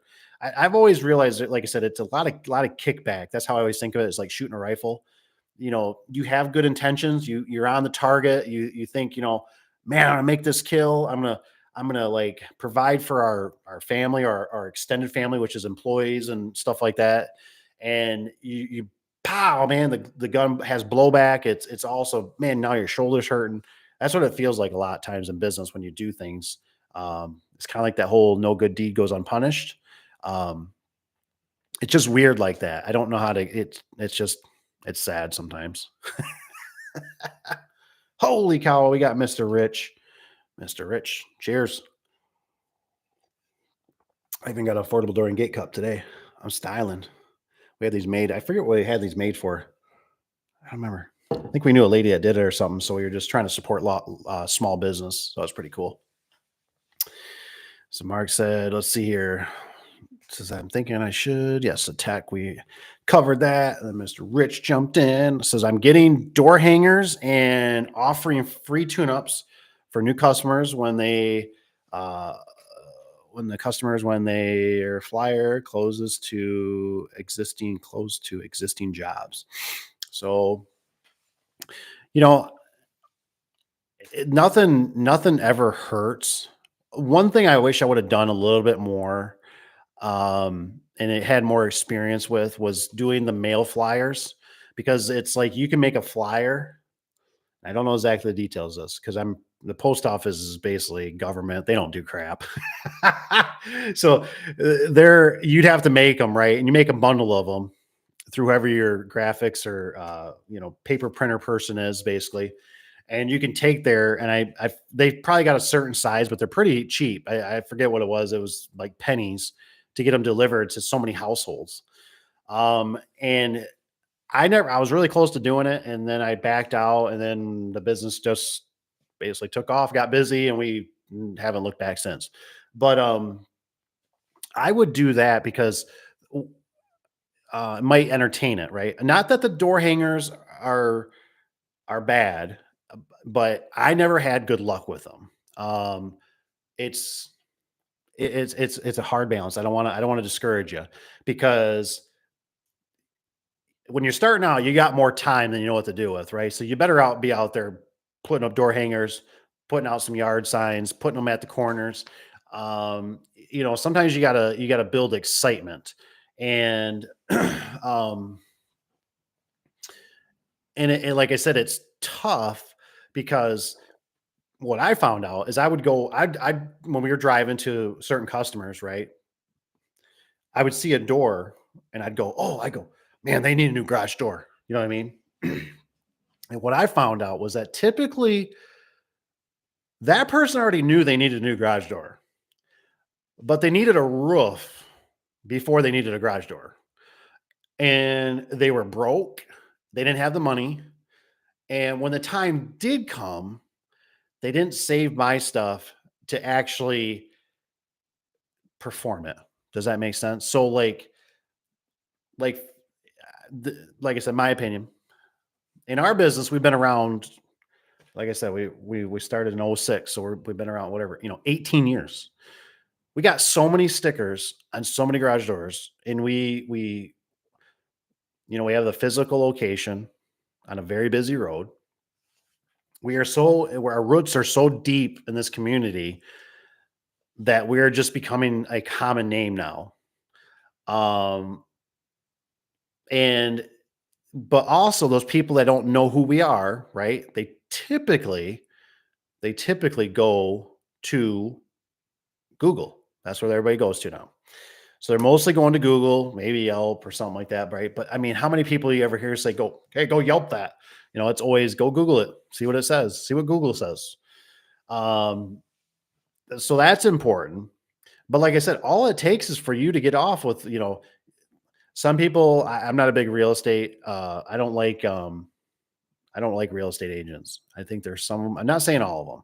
I think some of them are crooked. I don't even know.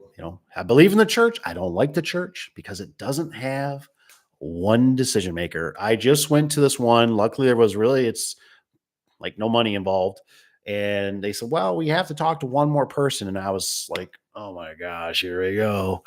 Because I've worked on gates, I've worked on man doors, I've worked on garage doors. And if there's not one decision maker, it's a freaking nightmare. So it's better to find one decision maker. I like the property managers. They like to be cheap. There's no doubt about it. And you got to get approval from whoever. But like I said, all it does is you can start getting real busy real quick. Um, but you're always trying to keep that funnel open, right? You're always trying to get, stuff coming in that funnel. So, oh, wife says hi. Hi, wife. She's supposed to be playing with the kiddos and her friend. So, oh, great question. Great question. But yeah, like door hangers, I don't think those are bad. I've had them. I had brochures. I had brochures that I'd drop off, leave with the customer. It's just I never like I remember this one guy was up north when we go to our trailer.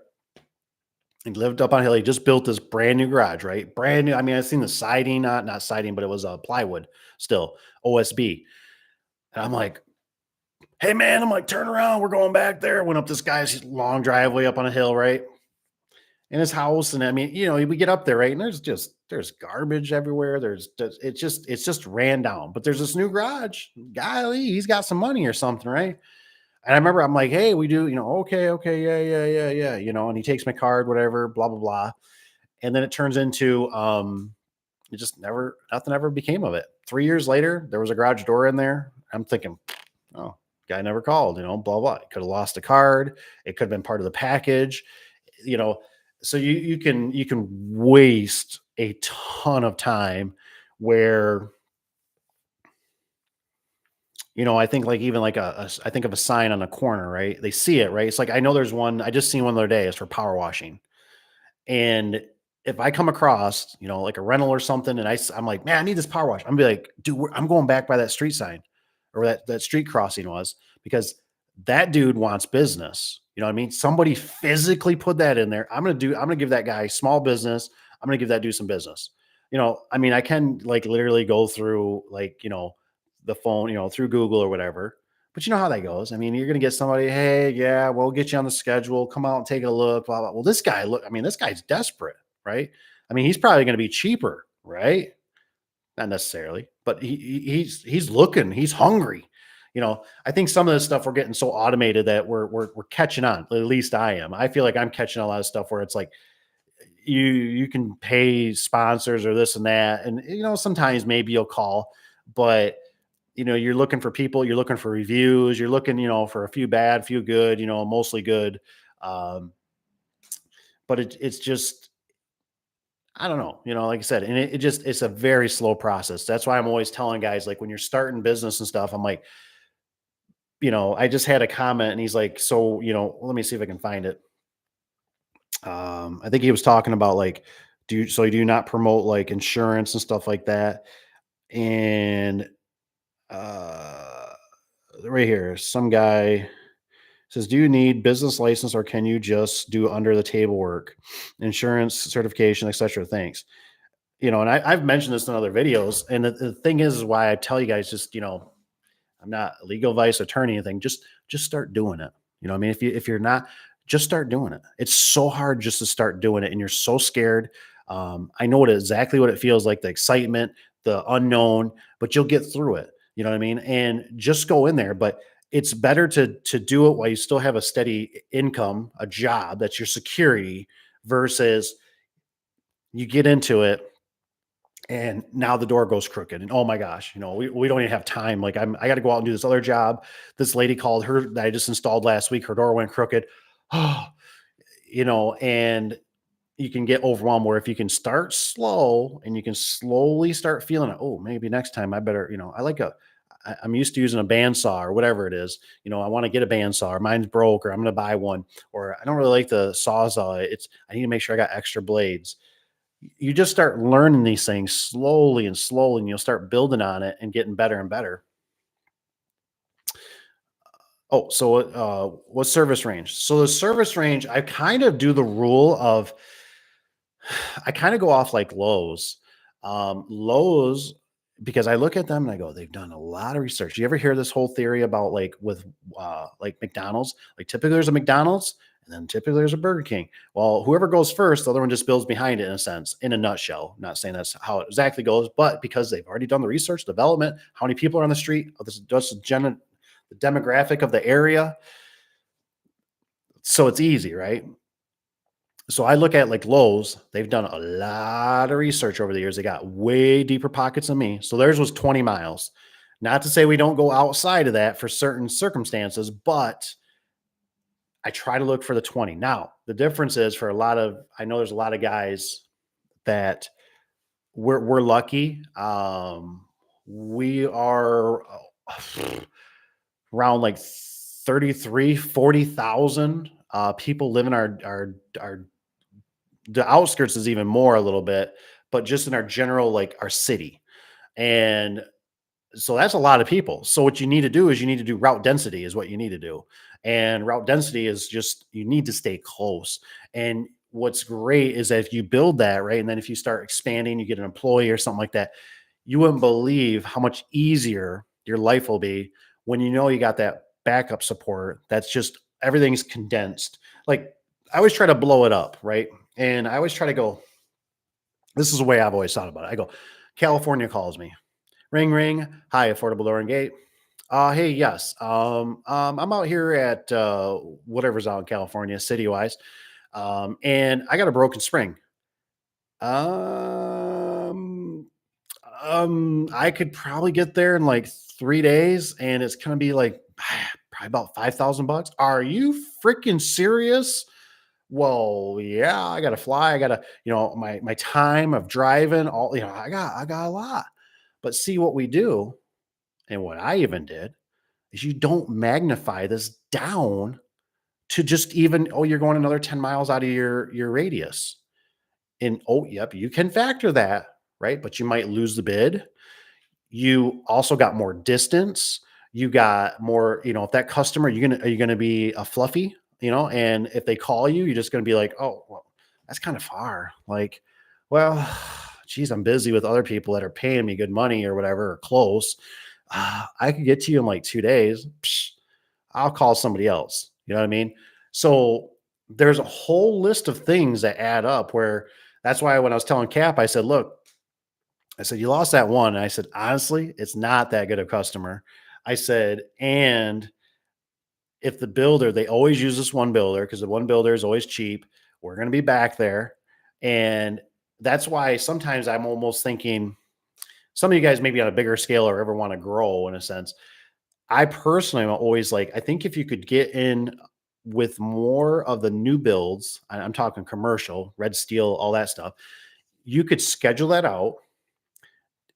You're going to need some capital. Don't get me wrong, but it's a little bit not that doesn't have its own variables, but it's more control because you think about it. You're dealing with all new products. I hope everything's right. Right, that's one of the variables. Everything's measured right. No pipes in the way. No HVAC. But it's all new product. So you install it, as long as you do a halfway decent job, you install it, right? You spray some lube on the thing, you're going to get a year out of it. No problems. It's got all new bearings. It's got all new rollers and stuff like that. Like I said, those things can be grinding for a couple years before they fail. And you do that, it's controlled. You got your money, you got your situation, it's isolated. You go on to the next one. Now, the unfortunate thing is you're probably going to have travel in there. So that's why it's a hard balance. If you're, if like I said, if you're young, you can kind of do it in a sense. If you don't mind being away from your, it, it's harder if you have a family. If you're young and you don't have that and you got some young guys too, it's easier is what I'm trying to say. Where a lot of like, even for my guys and stuff, a lot of guys don't want to be gone. They don't want to be gone a night or two from the family. And I don't blame them. Some kid, some of them take their kids to daycare, they just want to be home. And so it's a hard balance to do that kind of thing. But what I'm trying to explain is that there's more, you could kind of predict it versus, like I said, sometimes you're touching little things and those little things have liability. So, I always figure it's like, out of the 6 service calls, I'm probably gonna have one that's gonna call me back, of something, it's just gonna happen.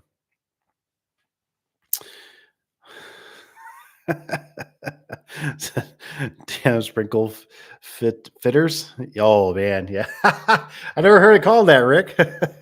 Or Rich, I'm sorry. Oh, man, that's funny. I never heard of it called that. We call it so what the water suppression guys. And oh my gosh, I did one door. I hope I come across it one day. I um I did the longest J bar on that thing that you've ever seen. I did some trickery to that thing to make that door work with that stupid fire suppression there. And I remember the builder guy comes and he's like, yeah, he's like, probably for like, I don't know, it was like 150, $200 or whatever. I could have had that pipe moved, up. And I'm like,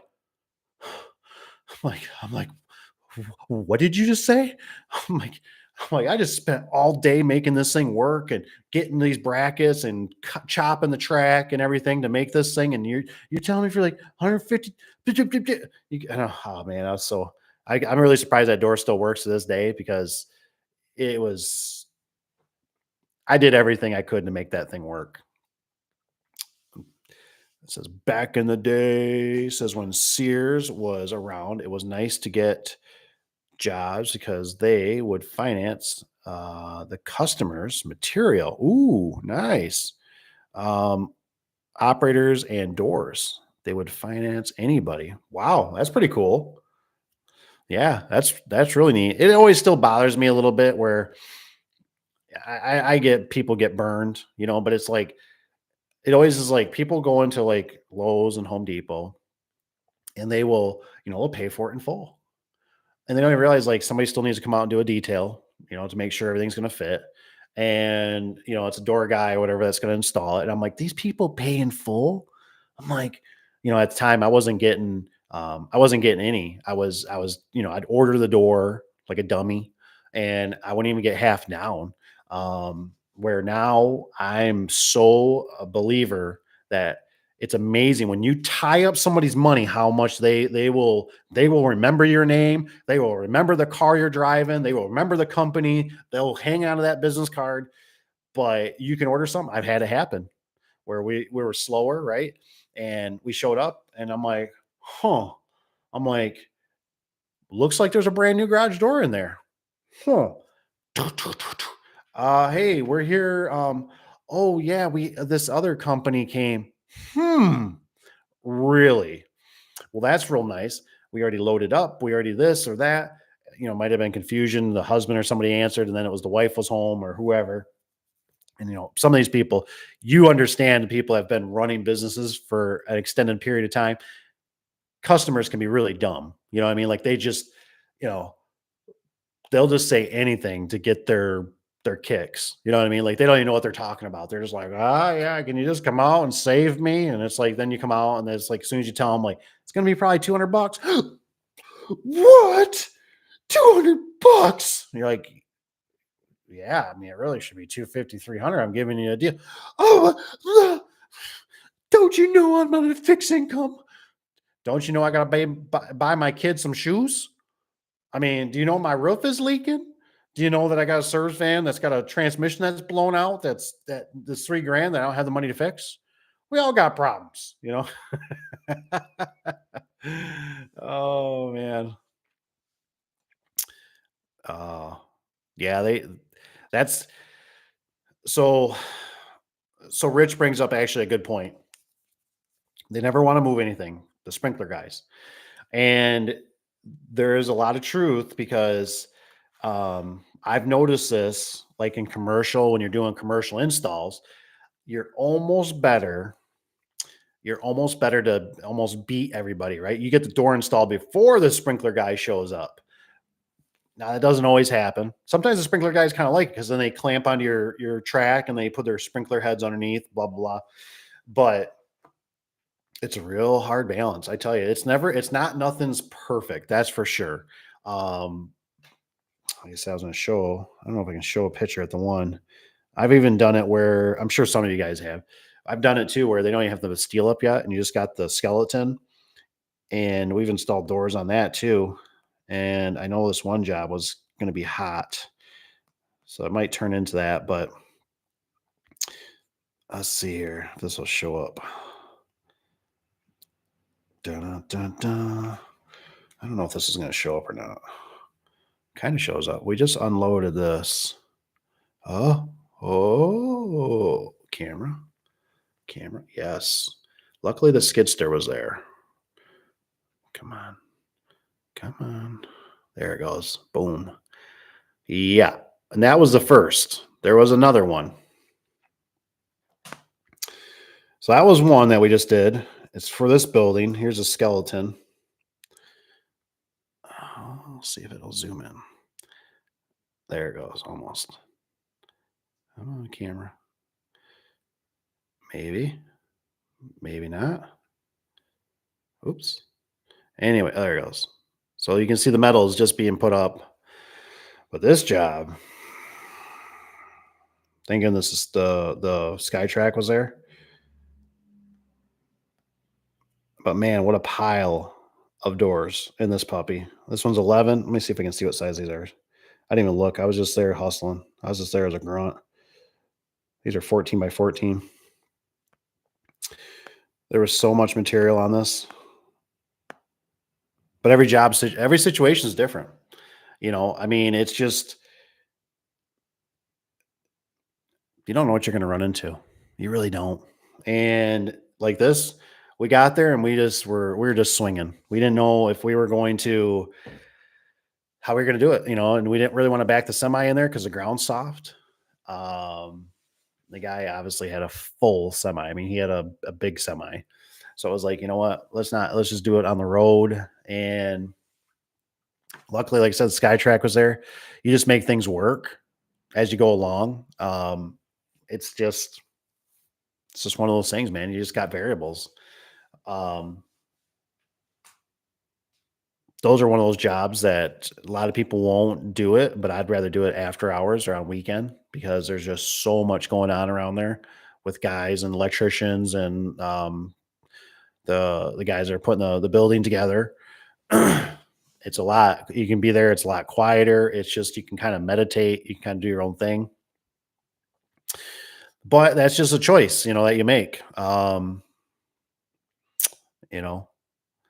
What's Rich say here? They show up with a crate of fittings and a pile of pipe. Oh my gosh. But no pipe machine. I've seen those pipe guys, those sprinkler guys, man. They've put stuff like severely in our way. It's like, I mean, it makes a stinking mess. It's like, oh my gosh, what in the world? Let me check on this thing. I want to check on here. That way, if you guys come up with any more questions, let me look at this money thing I had going. So I already told you about the employees at the job, how they don't do a job as fast. Let's see. So subs. Okay, so subs. There is some beauty with some subs. I had one guy, he used to work, he was Larry. I can't tell you how nice it was to load up his truck, right? And I almost wanted to like follow him out the driveway onto the road, and I'd wave to him as he went down the road. Bye, Larry. Have a nice day, Larry. And there's such a different thing when you have subs. Not to say that's always the miracle pill, but you don't worry about the truck. You don't worry about what tools they have because they're getting paid for that job for one particular, right? They're getting paid X amount of dollars and they want to get the job done, hopefully efficiently, hopefully good, and they want to get the heck out of there. I don't know why it's so prevalent. You see a lot of it in the roofing. I mean, even my roofer buddy to everybody they all got subs, and most of them are Mexican workers. I mean, it just is what it is. But what's nice, you don't have to worry about, like I said, the truck maintenance on that thing. You don't have to worry about the brakes, the tires. It's just, here's X amount of dollars. Go install the door that I provided you with and have a nice day. So subs are something to think about when it comes to that money aspect. If they leave tools on the job, sorry, call the customer. You got all the information. Call the customer, go back. Let's see here. It's easy to see. Oh, so I was talking about how it's easy to see the money up front, but it's hard to know what you're burning out the back. That's one thing that can really trick you. And And that's why I also really am a big advocate for route density. See, like I really think you got to push hard for hopefully your local area because, like I said, I use the California idea because you go, that's ridiculous. I wouldn't go 3 states over to do a garage door spring. You're right. You're totally right. Could you even imagine? Like you got all that time going there, and then what if you don't have the right parts? Oh my gosh, what are you gonna do if you ain't got the right, you ain't got a torsion tube, you ain't got the right spring? I think in the garage door industry, it's kind of the same way. You know what I mean? Like, and I understand when you guys, when you're starting out stuff, you got to do what you got to do. You know what I mean? You got to travel a little bit. You got nothing better. I've been there. We ain't got nothing. So one service call is better than nothing today because we got nothing on the books. And, but you always have to remember that every time you go out there, right? That's a chance that they're going to call you back or you're going to get there and you're not going to have the right stuff. So now either, like I said, you either got to go back, you got to have somebody run it to you. So just the distance, I cannot tell you how much distance is a killer. It really is. And that's why I'm saying like, it's easy to go, oh, cool, man. We just made it $200 on a spring or something. Right. And yeah, but now, and it's even more crucial nowadays because we have the keyboard ninjas. So you get the wrong lady on there, the wrong guy, and they're gonna blow your crap up. This person did the horrible service. I would never use them again. They wouldn't even come back out. They installed this stuff or they fixed my spring. It was 3 days ago, and they won't even come back. Or they said it's going to be 2 days, but they came in one day and they sure did take my money.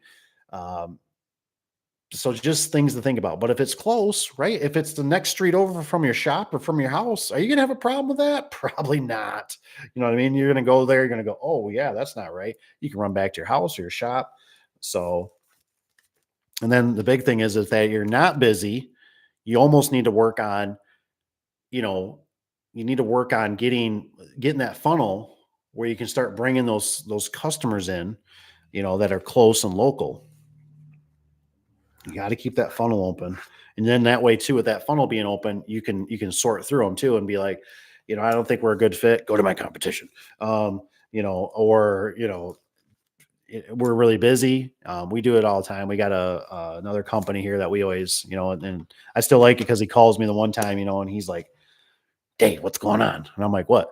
He's like, dude, we're getting all these people that you're sending this way. We can't even handle them all. He's like, what's, I'm like, we just can't do residential right now. We're too buried with a commercial, and we know that you do a good job. And so we send them your way, and you do with what you want with them. So if you can get them in your schedule, if you can't, then whoever you recommend next, send them that way. Don't send them back this way though. Example, spring job, and you got 6 times. Okay, so what I was trying to explain in this with the money aspect of it was that, for example, you do a spring job, which I know these numbers are, we don't do spring jobs really for $200 anymore that I know of. It's all $300, $400, $600. You do a spring job though, but if you go back 6 times, did you make any money? So these are the things you got to think about. You go there, right? And you get the money and you go, wow, that was good money. $200, I only had whatever, $100 in material or something in gas and everything. Oh, it's pretty good. But if you go back 6 times because you didn't get something cranked down, your employee didn't, you maybe didn't oil the door down, all these things, did you really make good money? And especially when you get that phone call and you got to send the guy, an hour one way. Not good. Not good. Let's see here. Yeah, it says subs or something on there. Them guys never want to move anything. I think I already mentioned that. What's Mr. Rich say? They show up with a crate. Yep, we got that with the pipes and machines. What does he say here? Tools, one of my favorite must have in my 12 volt Milwaukee. Oh man, that bandsaw.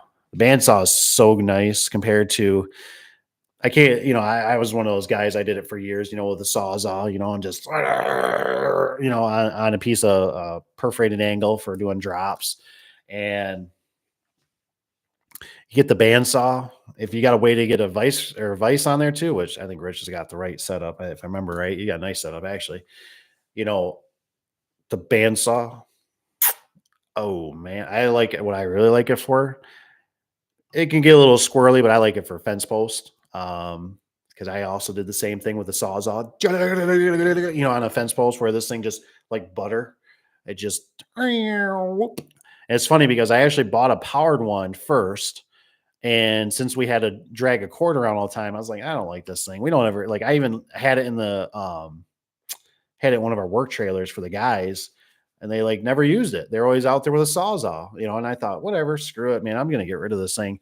I had a guy that was interested in it that used to work for us, and so he ended up buying it from me for probably half or three quarters of the price. It was hardly. I was only used on one job that I did, and we got rid of it. And then I was like, man, I really miss that bandsaw. I was like, instead of chattering your teeth on everything, so I bought the powered one, and did some people fall in love with it? Yes, they did. And then of course, I think it was Cap. I think yeah, Cap got one. I believe he's got the DeWalt one. I believe. I think he did finally because he's like, can I borrow yours? And he ain't borrowing mine because it won't come back. So bandsaws are really nice. The one thing I still haven't got my hands on that I'd love to is one of the chunkers for cutting angle iron. One of our vendors has one. It's an old school one that the metal is still able to be replaced on it for the teeth. So if you want to chop your angle iron, which I think is really nice. I bought one years ago from Service Spring. Supposedly, I don't know if they were feeding me a line of bull, but it didn't. It only lasted like 3 weeks, and it was the teeth were getting bad. It was getting really hard to chop the perforated angle. And I called them. Service Spring did a great job, and they said, "We'll send it back or whatever, or we're going to refund you the money." We've had problems. We bought these from a different vendor, and so we know they have some issues. So basically gave me my money back, whatever. I sent it back, or they might have just let me have it. I can't remember. Either way, it was good service, or customer service. And then, like I said, my vendor though, he has the one that's the nice one that he has got a little piece of board. He pulls it out on the side, and I was like, you want to get rid of that? And he's like, nope. He's like, I've had this for years, and I've seen them on a couple like on eBay and stuff. They get some of them are pretty expensive. But they're big and they're bulky. So it's kind of like, I don't know if I'm going to ever get my hands on one, but I could see where it's nice. You got the metal shavings. I mean, I've had, uh, when you're doing the perforated angle, I've had the ones, you're sitting there chattering away, and I've been at new construction sites, right? And you're sitting there chipping the driveway or something. You can't do that. Or, especially if you don't have a vise, really stinks. What's Mr. Carr say? What's Jacob got? It says if you pay sales tax on your parts, do you have to charge sales tax when you sell it to the customer? So this is a great question. And like I said, I am not a the attorney and stuff and all that kind of stuff. But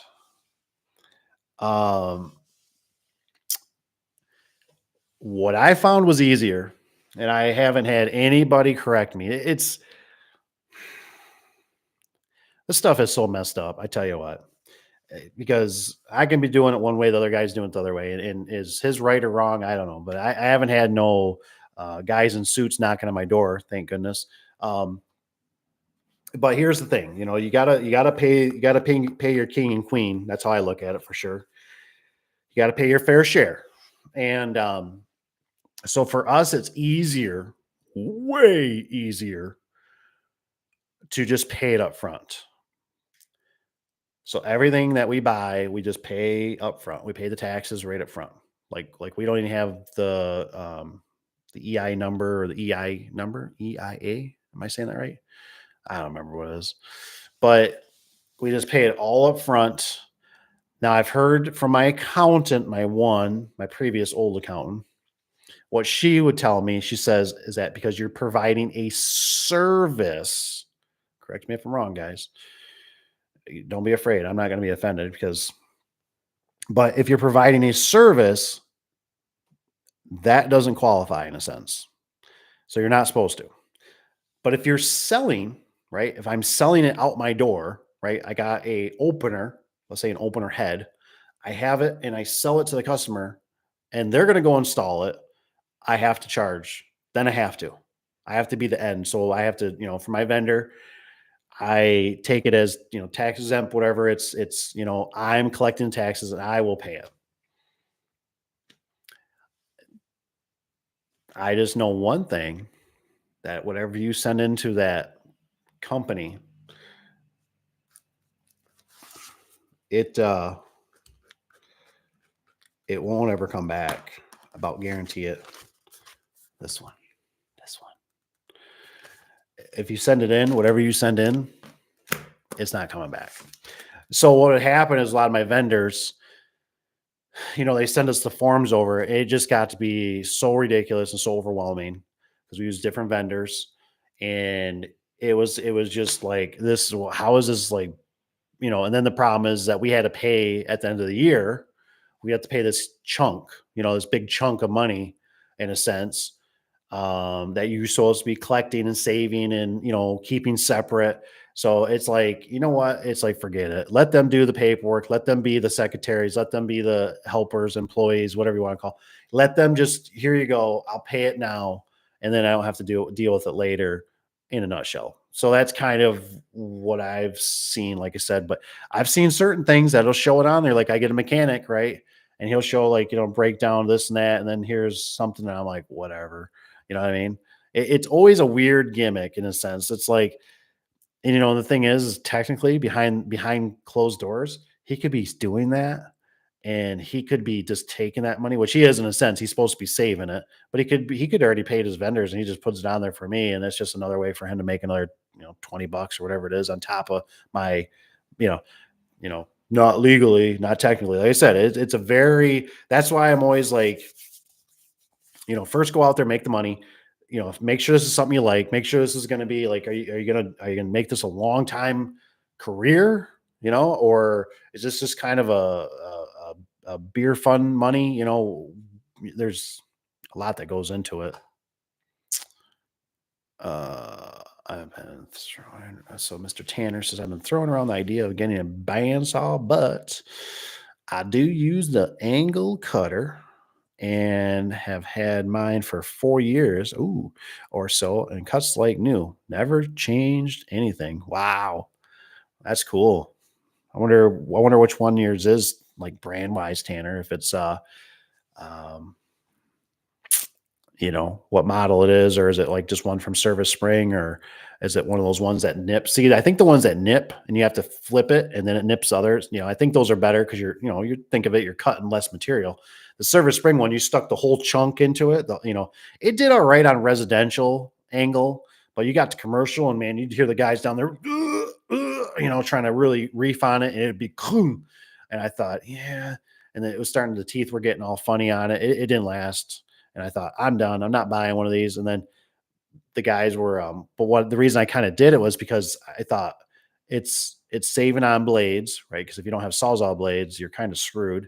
And it saves on blades. And then I also, sometimes we're not always the best of wearing our safety glasses. So I thought, because I know I've done it where it's like, some hits you in the face when you're using a Sawzall, you're like, whoa, that ain't no good. I'm sure just with cutting too, it could happen. Everything, nothing's out of the question. It says, okay, so it says Iowa, we are told if we're in new construction, there is no sales, but if we're it's an over a year or more after completion, there is sales tax. Yes, I mean, like you said, it just it's kind of like I can't think of it right off, but there's kind of like when you do your finances of it too, there's kind of like what is it? There's cash. Either you have like a cash balance or you have an accrue balance, like when you're doing your accounting. And so I think we went to like the cash is the way we've set it up now, because the accrue is like your year for when you got to do your taxes and everything, right? It's from January to December. But ours was like accounting for people that didn't pay us the next, they still are out, 30, 90 days or whatever. And I remember my old accountant, I'd go rounds with her on it. And we actually kind of got into a fight about it one time. And she told me that, she says, well, you have to pay these. And I said, I'm not paying. I said, on these taxes, I said that these customers haven't even paid me yet. I said, how do I know they're going to, and I got, we got some big customers. I mean, we're talking, anywhere from, 10, 20, some were $60,000 they owe us.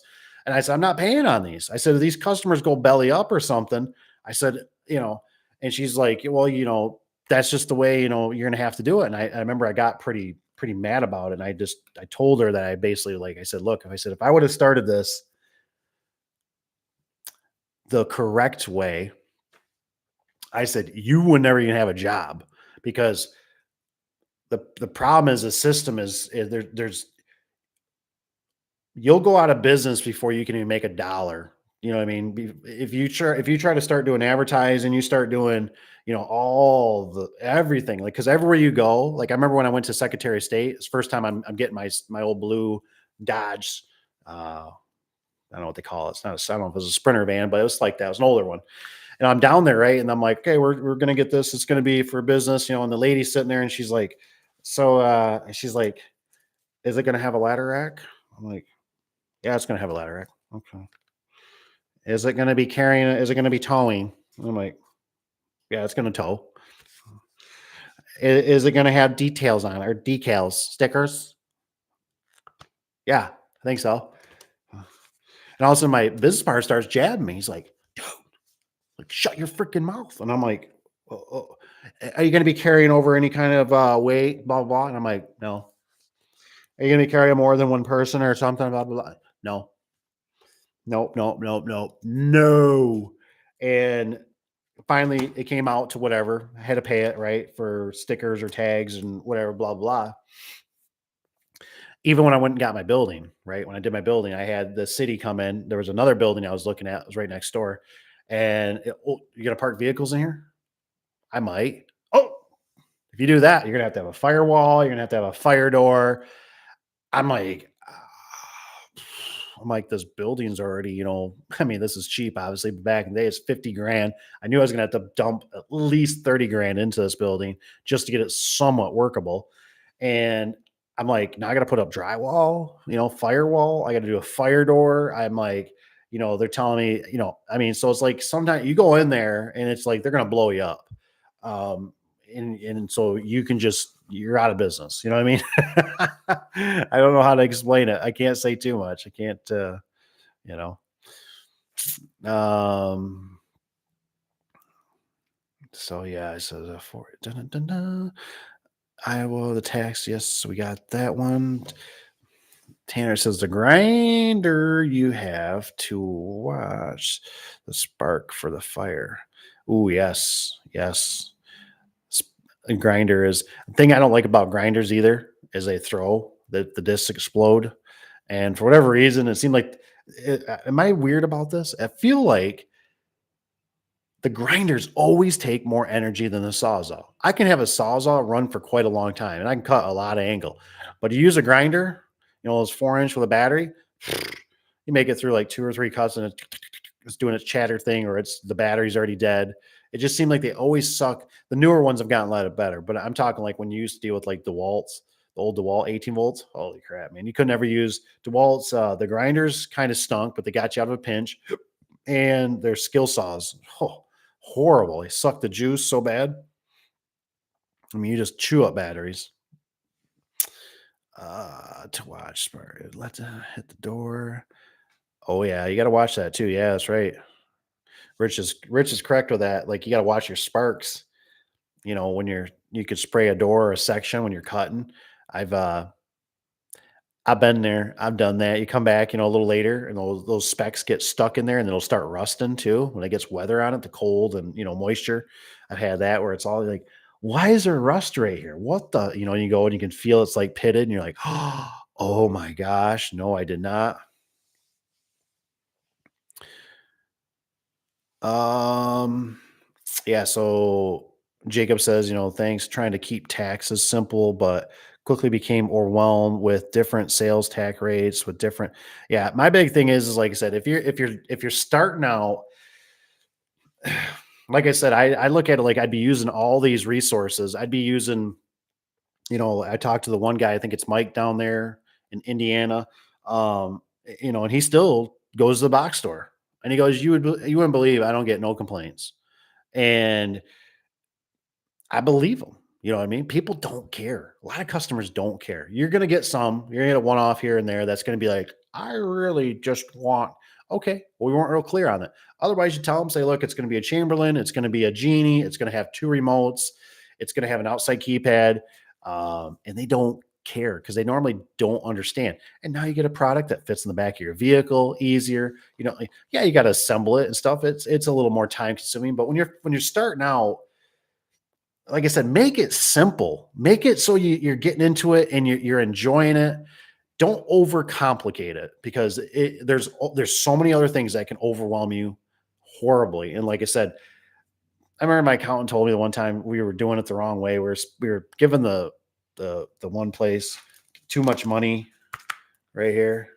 We were doing too much, and she was kind of a little bit of a fluff, and she goes, I'm gonna write them a letter. I'm gonna write them a letter because they owe us that money. And I don't know, it was maybe $5,000 or something. And I'm just sitting there like,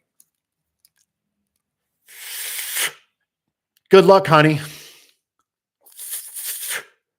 Good luck getting that money. It ain't gonna happen. Once it's gone, it's gone. And guess what? Never got the money. She made me run around one time. She calls me up. I'm out doing a job. I got 3 more jobs I got to do. And she's like, you gotta pay this place. You gotta pay this place. We're gonna get a fine. And I mean, I'm like freaking. I'm like, what? Oh my gosh! Like, okay. And I remember I'm going to the banks. I'm calling this place. I'm calling this place. I'm like, do you guys like accept credit card? We do not accept credit card. What? I'm like, we can only do a bank transfer, blah, blah, blah, something, I'm like, can I send you like a cashier's? No, no. Everything was like, no. And so I'm just getting so frustrated. I'm at the bank. I'm wasting all this time. I'm not getting paid for this. I'm wasting all this time trying to remedy this thing. So finally I'm getting so irritated. I'm like, I'm sitting out in the truck outside of the bank. And I'm like, hi, accountant.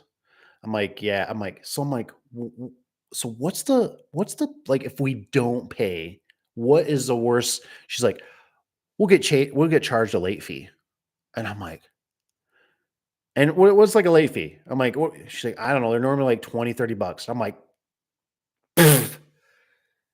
I'm like, I'm losing so much money right now, missing these 3 jobs. I don't care about 20 or $30. Cut them a check, we'll pay the late fee. You know what I mean? Like, I mean, it was the stupidest thing ever. I mean, I just couldn't believe. And then of course, it's kind of like the Secretary of State. They used to be very horrible. I think they do take cards now, credit cards, but we charge a fee. It's funny how they get to, but we can't really say that. We're not supposed to with our merchants. You know what I mean?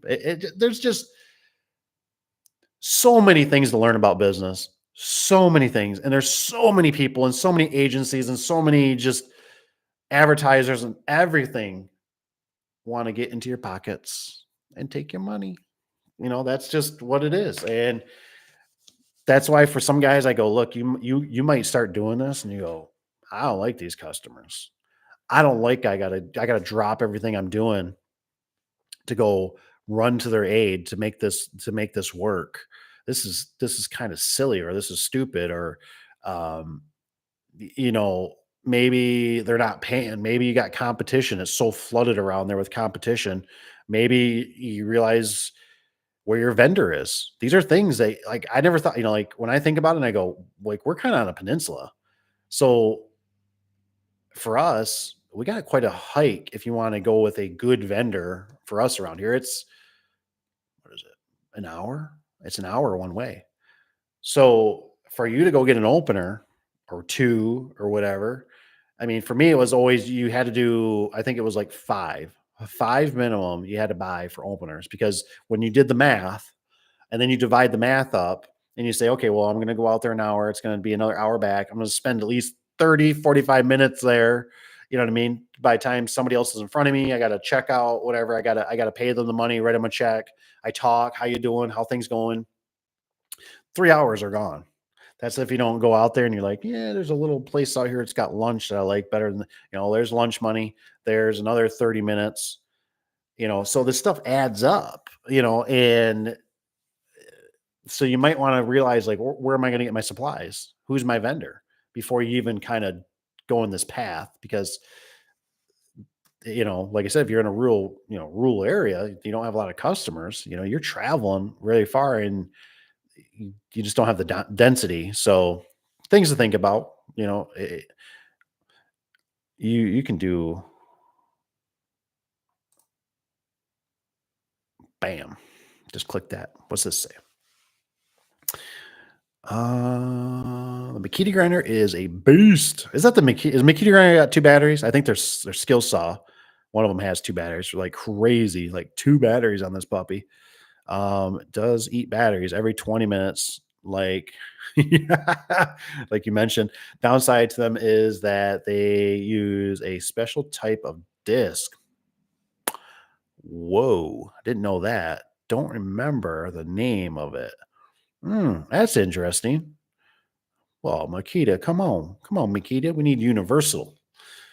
Um, so Rich says, keep it simple, stupid. My accountant used to say that too. I think that's very. There's a lot of truth to it. Just try to keep it simple. That's why a lot of you guys, I'm always like, look, if you're starting out and stuff, just go out there and start doing it on the after hours.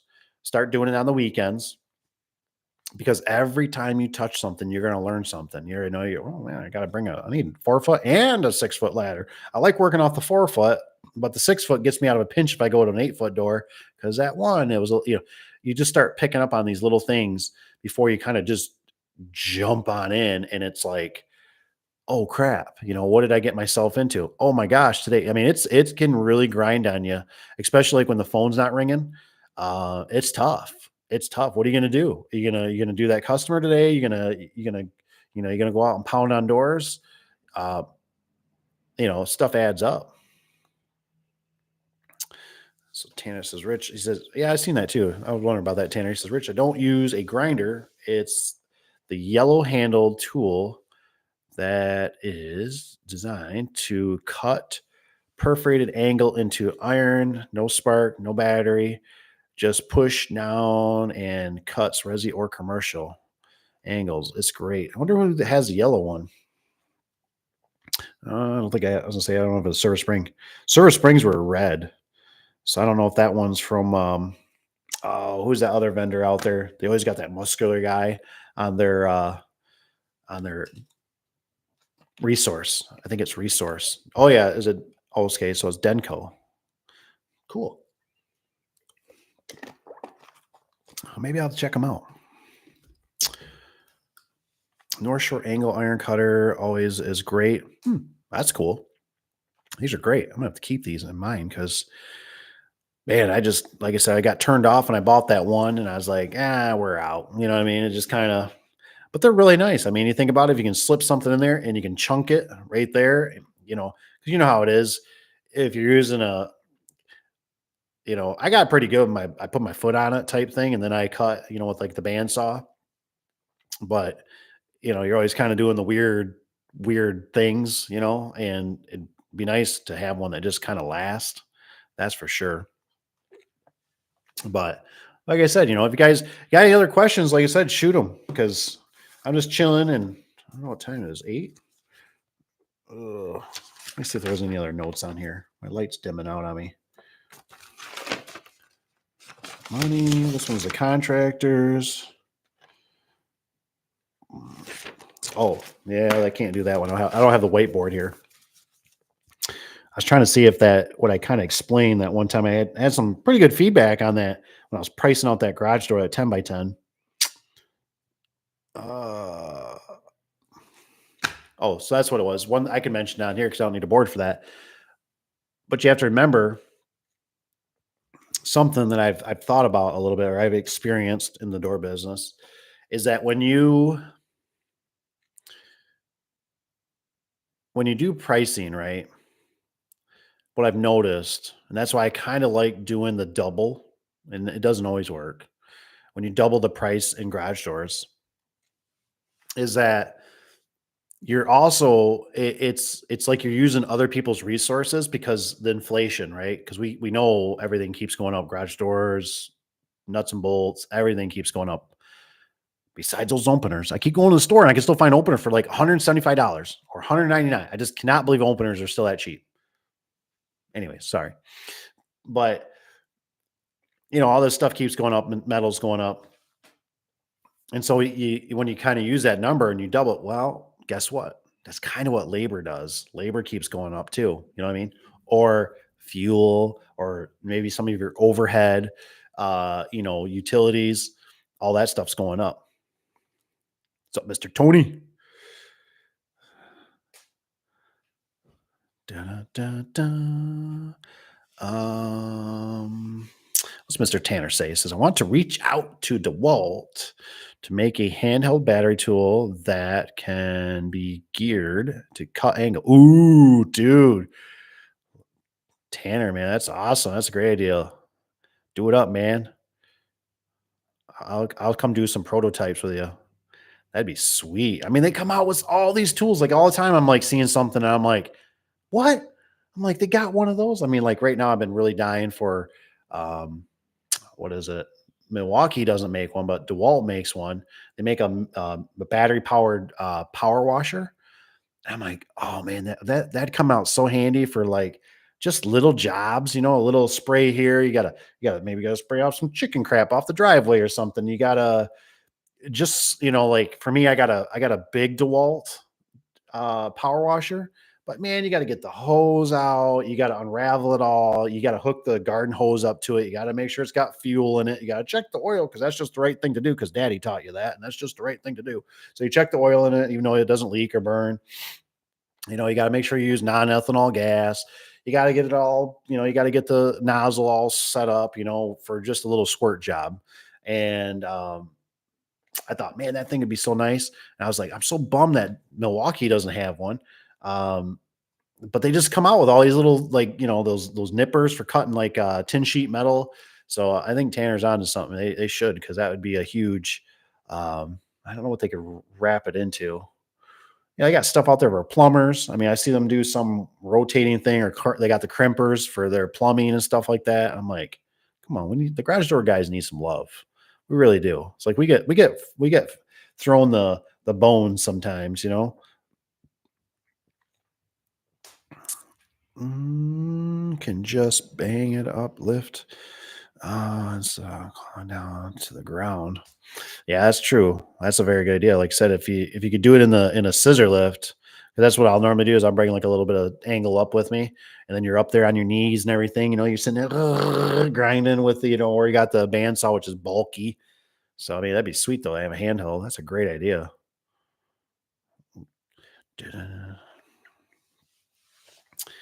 It says, did you ever have an accidents while installing doors that you had to pay from your pocket to a customer because you didn't have insurance at the time?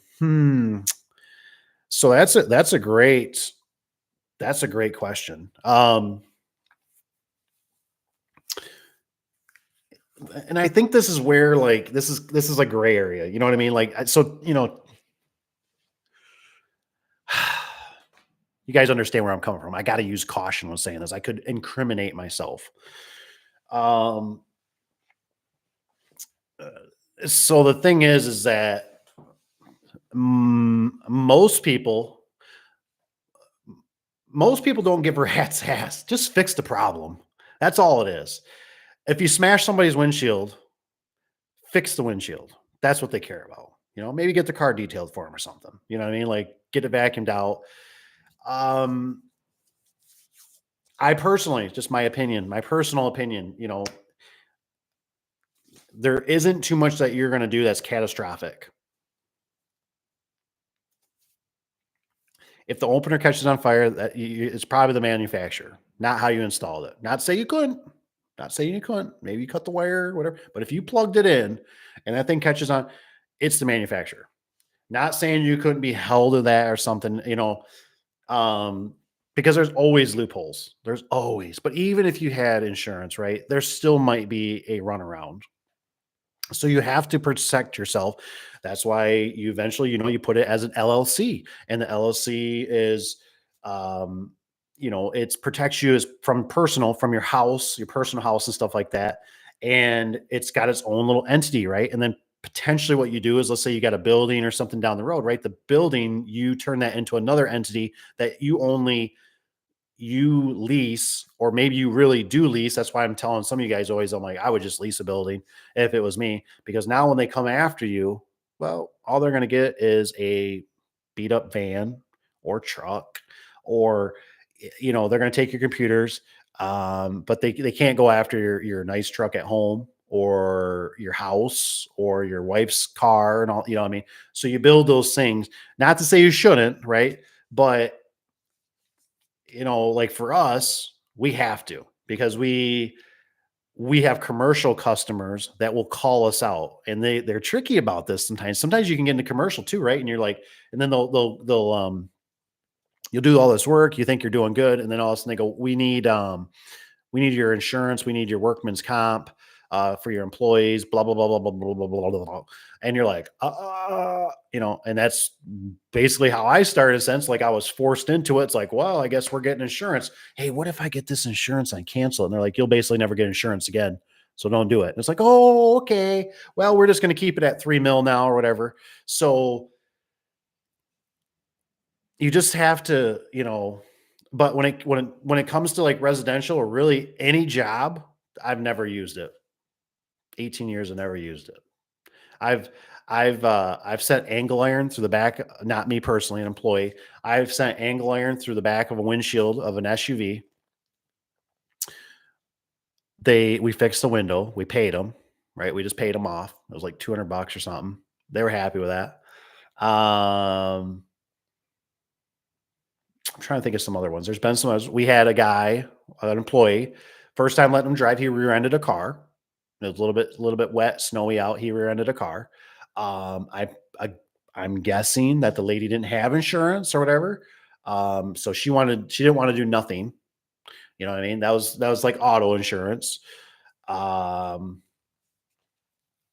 so it's that's why, like, when stuff happens, unless you're gonna get the one that's gonna get shafted on it, that's why I'm always telling people, slow down, slow down.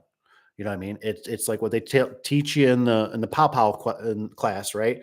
That, you know, take care of the threat before you get on that radio and worry about that radio, because that radio is not going to save you for police officers.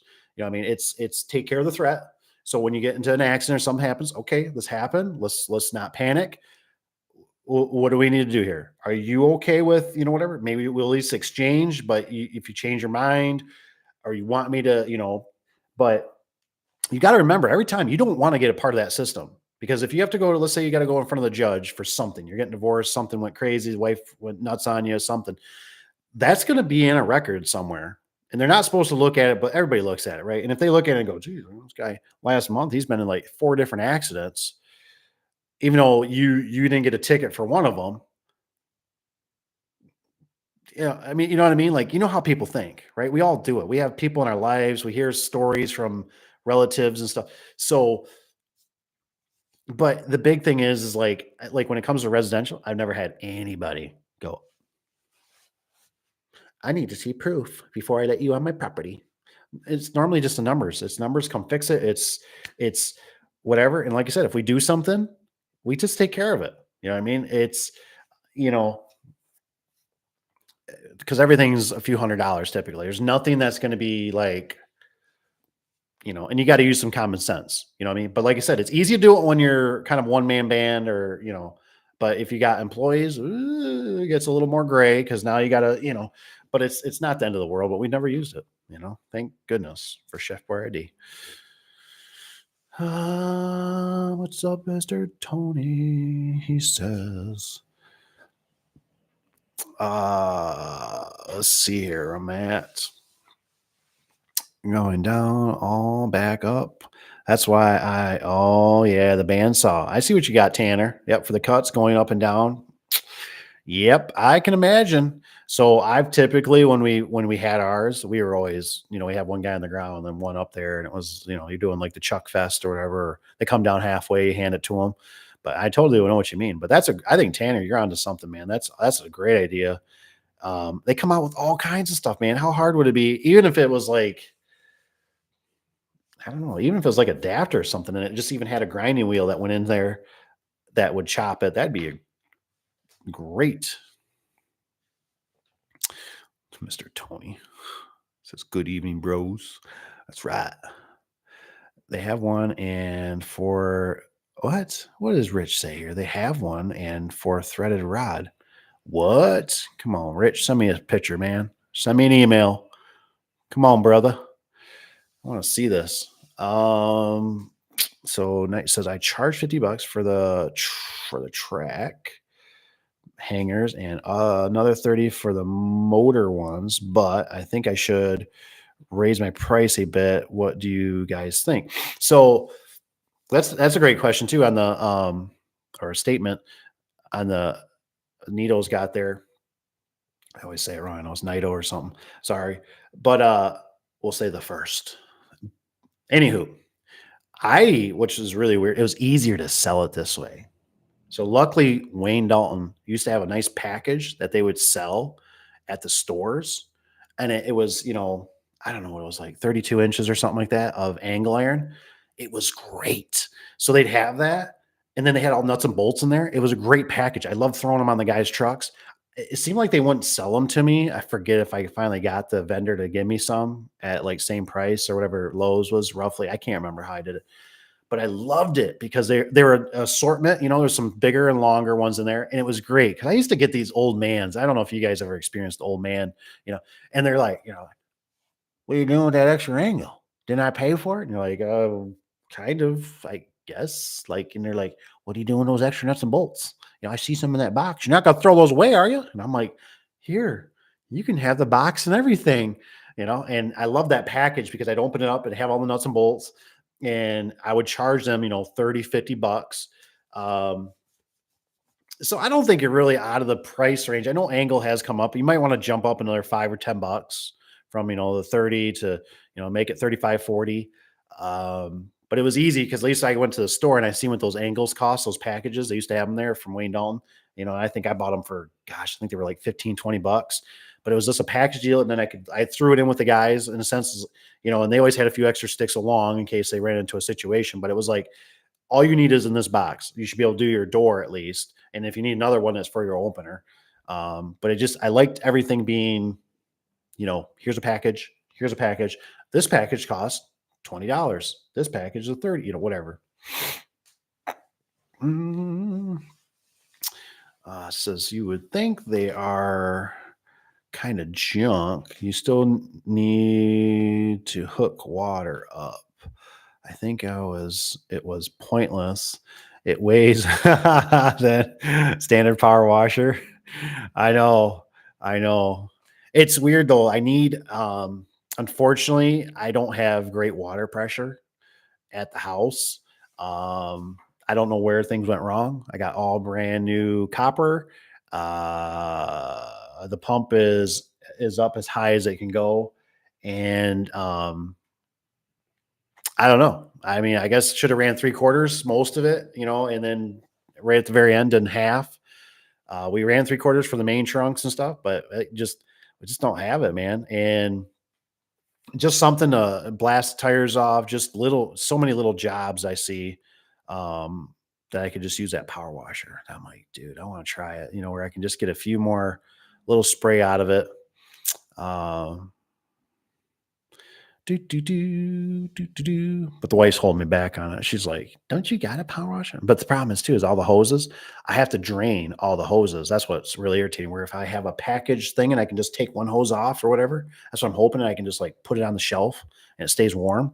It'd be fine versus I got to drain all the hoses for wintertime. At least the ones that go to the main high pressure from the power washer. Pro press for pipe. What's the rich guy here? I'm gonna have to check this out. Pro press. I gotta write this down. Rich always, he never leads me wrong. He's a good dude.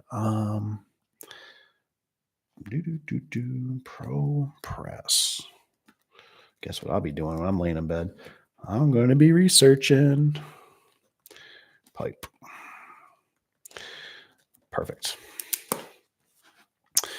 Sandra says stationary power washers, kind of guy.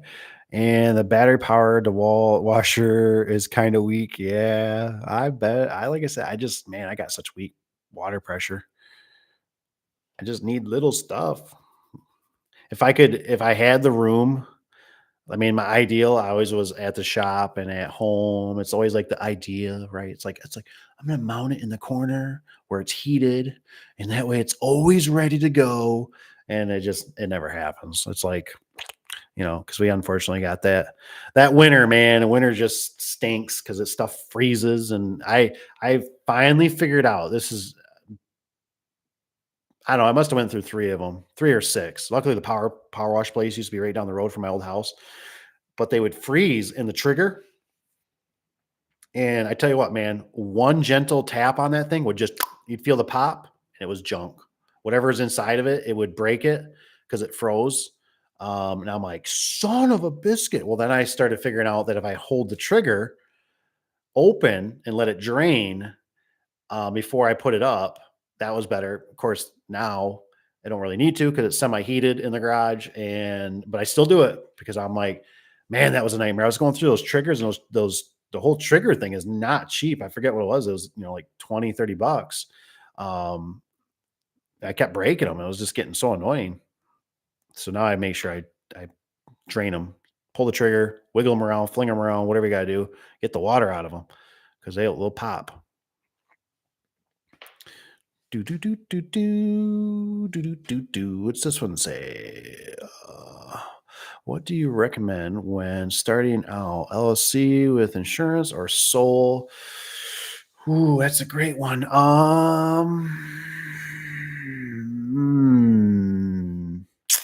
So the way I do it, Mr. Jacob, is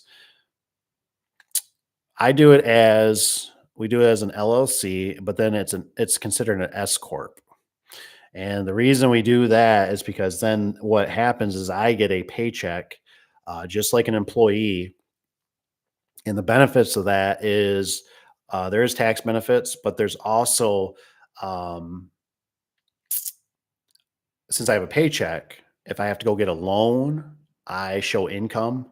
It's a lot easier. So it takes out a lot of red tape. So banks and stuff will frown sometimes if you're a sole proprietor, um, because now what they're going to ask is they're going to want to like see like maybe like 3 years of your tax. Oh, what is it? Your tax when you got to do your taxes at the end of the year. So they're going to want to see that. And the problem is that typically when you're first starting out, it's kind of a known for the one guys here. Where are they at?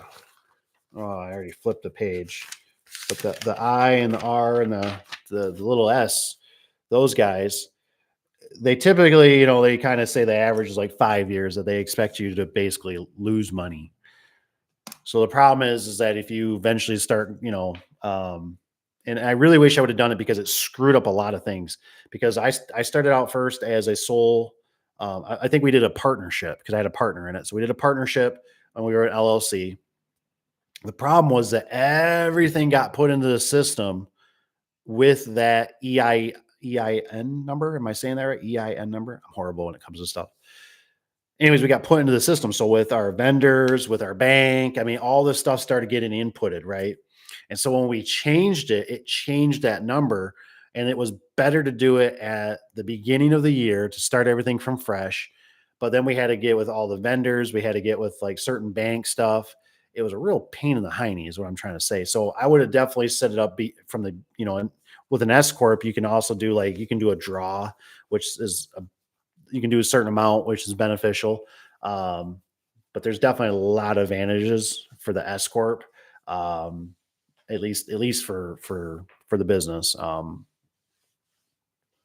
is what I found. So you always want to do like the LLC because that's your protection. You know what I mean? And that's everything can be. It just depends on how it's like. It's like a neighbor. You know what I mean? At your house, you'd rather have good neighbors, but you get a crappy neighbor and they can wreak havoc on your life. They're always complaining. Every time you start a fire, they're, oh, my health.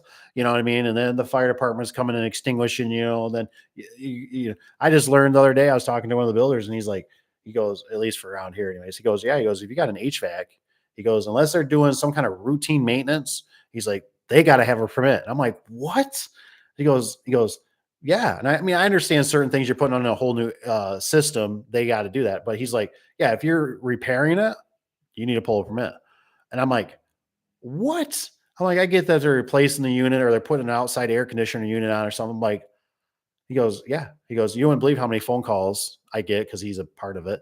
And I'm like, oh, like, man, it's next time HVAC comes around, well, I'm telling park out back. You know what I mean? Because unless they're changing like an air filter, or I guess he said something like registers because your registers are rusty, like that's just repairing or not repairing, but it's replacing or something. I thought, what the fudge, man? I said, I just can't believe some of this stuff, how silly this stuff is getting. It's just driving me nuts. So with insurance. So if Jacob, if you're asking me about insurance, I don't really mean you're pretty much a business from birth. They give you a social security number, a name, and that's like your business. So you can use like, I don't know if there's really any huge tax advantages. I remember, or not tax advantage, but any savings um, for the insurance part of it. I just, if you need it, they'll give it to you. Basically, they want your money. You know what I mean? So they're gonna find it. It might be a little discount here and there. You probably have to call them and find out, but um, like I said, it's never been where I'm like, oh my gosh, because we're going from this. I mean, now car insurance, that's a big one. Because if you do commercial car insurance versus personal, it's a big difference. And it sucks because if you get employees, you got to do it. You're supposed to do it. And it's more. Costs more. I know that. Oh, Tanner Nitro said, I would do whatever fits your operation. So the price mine after job is complete, so I can count up how many sticks I use and just do my cost plus markup. That's not too bad. I always I'm a very we just eh, at least in this business right here, we got so many things always just I mean, it's here's a sub, here's somebody just purchasing, here's a guy taking it. So what I've done is we always include side lock, we include a foot peg, we include rope, we include two pieces of angle. That's just a given. Like, I mean, so everything for us is like a package deal. That's in our price. So if my guys get out there, if we sell it, whatever, it's like here, there's two pieces of angle. If you only used a foot, you didn't even use it, I don't care. If the customer goes, well, I paid for this, let them have it. They actually did pay for it. You know what I mean? But most time they don't catch it. So we always just package it, two pieces of angle, 8 foot, 10 foot, just depends on what we're using. We just package that right in the deal. Um, nuts and bolts, everything. Just like it's just like weather sealed to me. You know what I mean? There already might be existing backings. I don't save. I personally don't nitpick for people. Um, I'm not saying you should or shouldn't, but for us, we're too damn busy to mess with that stuff. And it's here's our price, and you take it or leave it. You know what I mean? If you want to be cutting us for $30 or $50, have at it. You know what I mean? We got more business than what we can deal with. So our thing is always a package. That's worked good for me because then I don't care. You know what I mean? Because it gets to be too much for me to always balance where it's like you got guys, it's like, this guy's taking two pieces of angle, this guy's taking four pieces of angle, this guy took no angle, and it's like, dude, I want it to all be covered. So no matter what, if the customer wants the stuff or the employee takes it, I don't care. It's like the whole garage door thing to me. Every garage door should just come with two remotes. I don't even care if you're doing four of them in a row and the customer doesn't, I don't care. They all get two remotes, unless, obviously you got to do four buttons or something, but they all get it. They can throw the things away. I don't give a crap. They're covered, man. I get so irritated though when people, well, doesn't it come with another remote? And you're like, if you're not there, just like the light bulbs, I just include light bulbs because it's too much headache. It's really just too much headache. It's too many problems. I'd rather have more than not enough. Here you go. Do with what you want. Because there's nothing worse. You get to a job, including myself, and you don't have it, or you're, whatever, we don't want problems. But when you're doing it, you're trying to save and stuff. You got to do what you got to do. I mean, you go out and pricing jobs, and you're looking, and hey, we're gonna rehook. But I've had it too where I've miscalculated, and I'm like, crap. I'm like, the guy calls me, he goes, hey man, this thing has 12 or it has 15 or something, and you ordered 12 radius. And I'm like, yeah. Well, you didn't send no angle. Motherfucker, you ain't got a stick on your truck. Come on, you're killing me here. Where I'm like, how do you not get that, man? You got the door, you got the weather seal, you got the opener with light bulbs. We always give you 2 chunks of angle. So what the are you telling me you ain't got no, with subs even? Because to me, it's almost like even if it's just that cost or a little bit more, you make a few dollars. I don't care. It's the insurance policy. Is to me, that's my insurance policy. I'm self-insured. At least I try to be. Mm, do whatever fits. Yes. So Rich says M18 T Force Logic. Look at Rich. He's out there. He's being a keyboard ninja. He's just finding all kinds of stuff. TM single strut shear. I gotta write this down too. W2 brushless. What else we got on here? EIN.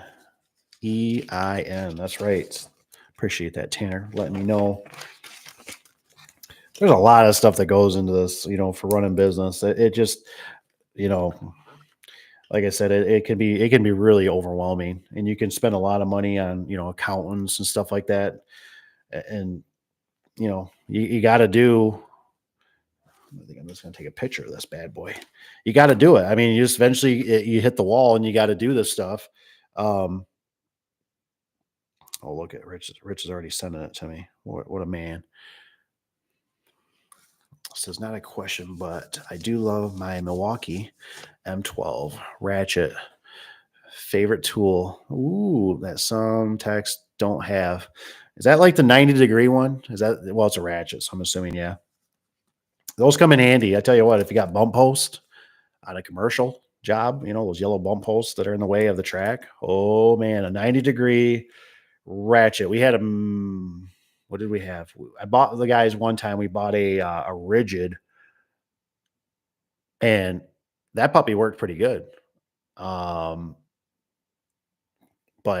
I don't know. It did the Houdini. I don't know wherever it went. And then I never bought one. I actually just bought a little adapter because I was being a cheapskate. I bought the adapter. It didn't turn out to what I want. It's for like the M12s. It goes on to, it like makes it into a 9. It's just not very powerful.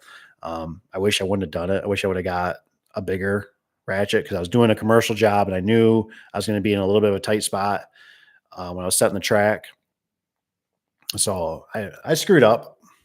I tried to save $1 and it cost me too much. So, but well, anywho, I think I'm going to jump off here, you guys. I really appreciate you being here. Rich, thanks for sending me an email. I know it's going to be good. I'm going to open it up. I'm going to take a screenshot of this or a picture of what you guys got here because I want to make sure I can. Rich is all confident in himself here. I want to make sure, see what this is. Definitely say you guys would check it out too because maybe there's something out there and we just don't know about it because that'd be great. I'm all about it, man. We got this big commercial job. Like I said, 11 doors. Holy moly. It'd be nice. So, set screws. Yes. Yeah, we use them for set screws. Oh, nice. Hell yeah. That's awesome too. Yes, I have the DeWalt ratchet. Love it. Works good. Nice. Nice. Enjoy this as I doing a 16 by. That's cool, man. That's cool. Good luck on the 16x7 install, man. Don't forget to spray it down with some oil when you're done. And those springs. Don't forget the springs. Man, that oil can go a long ways, man. Lubrication, man. Got to have that lube. All right, guys, I'm out. We'll see you. Thanks for being here. Have a good night. Send me those emails. You guys got questions. I always love seeing them. We'll see you. Bye.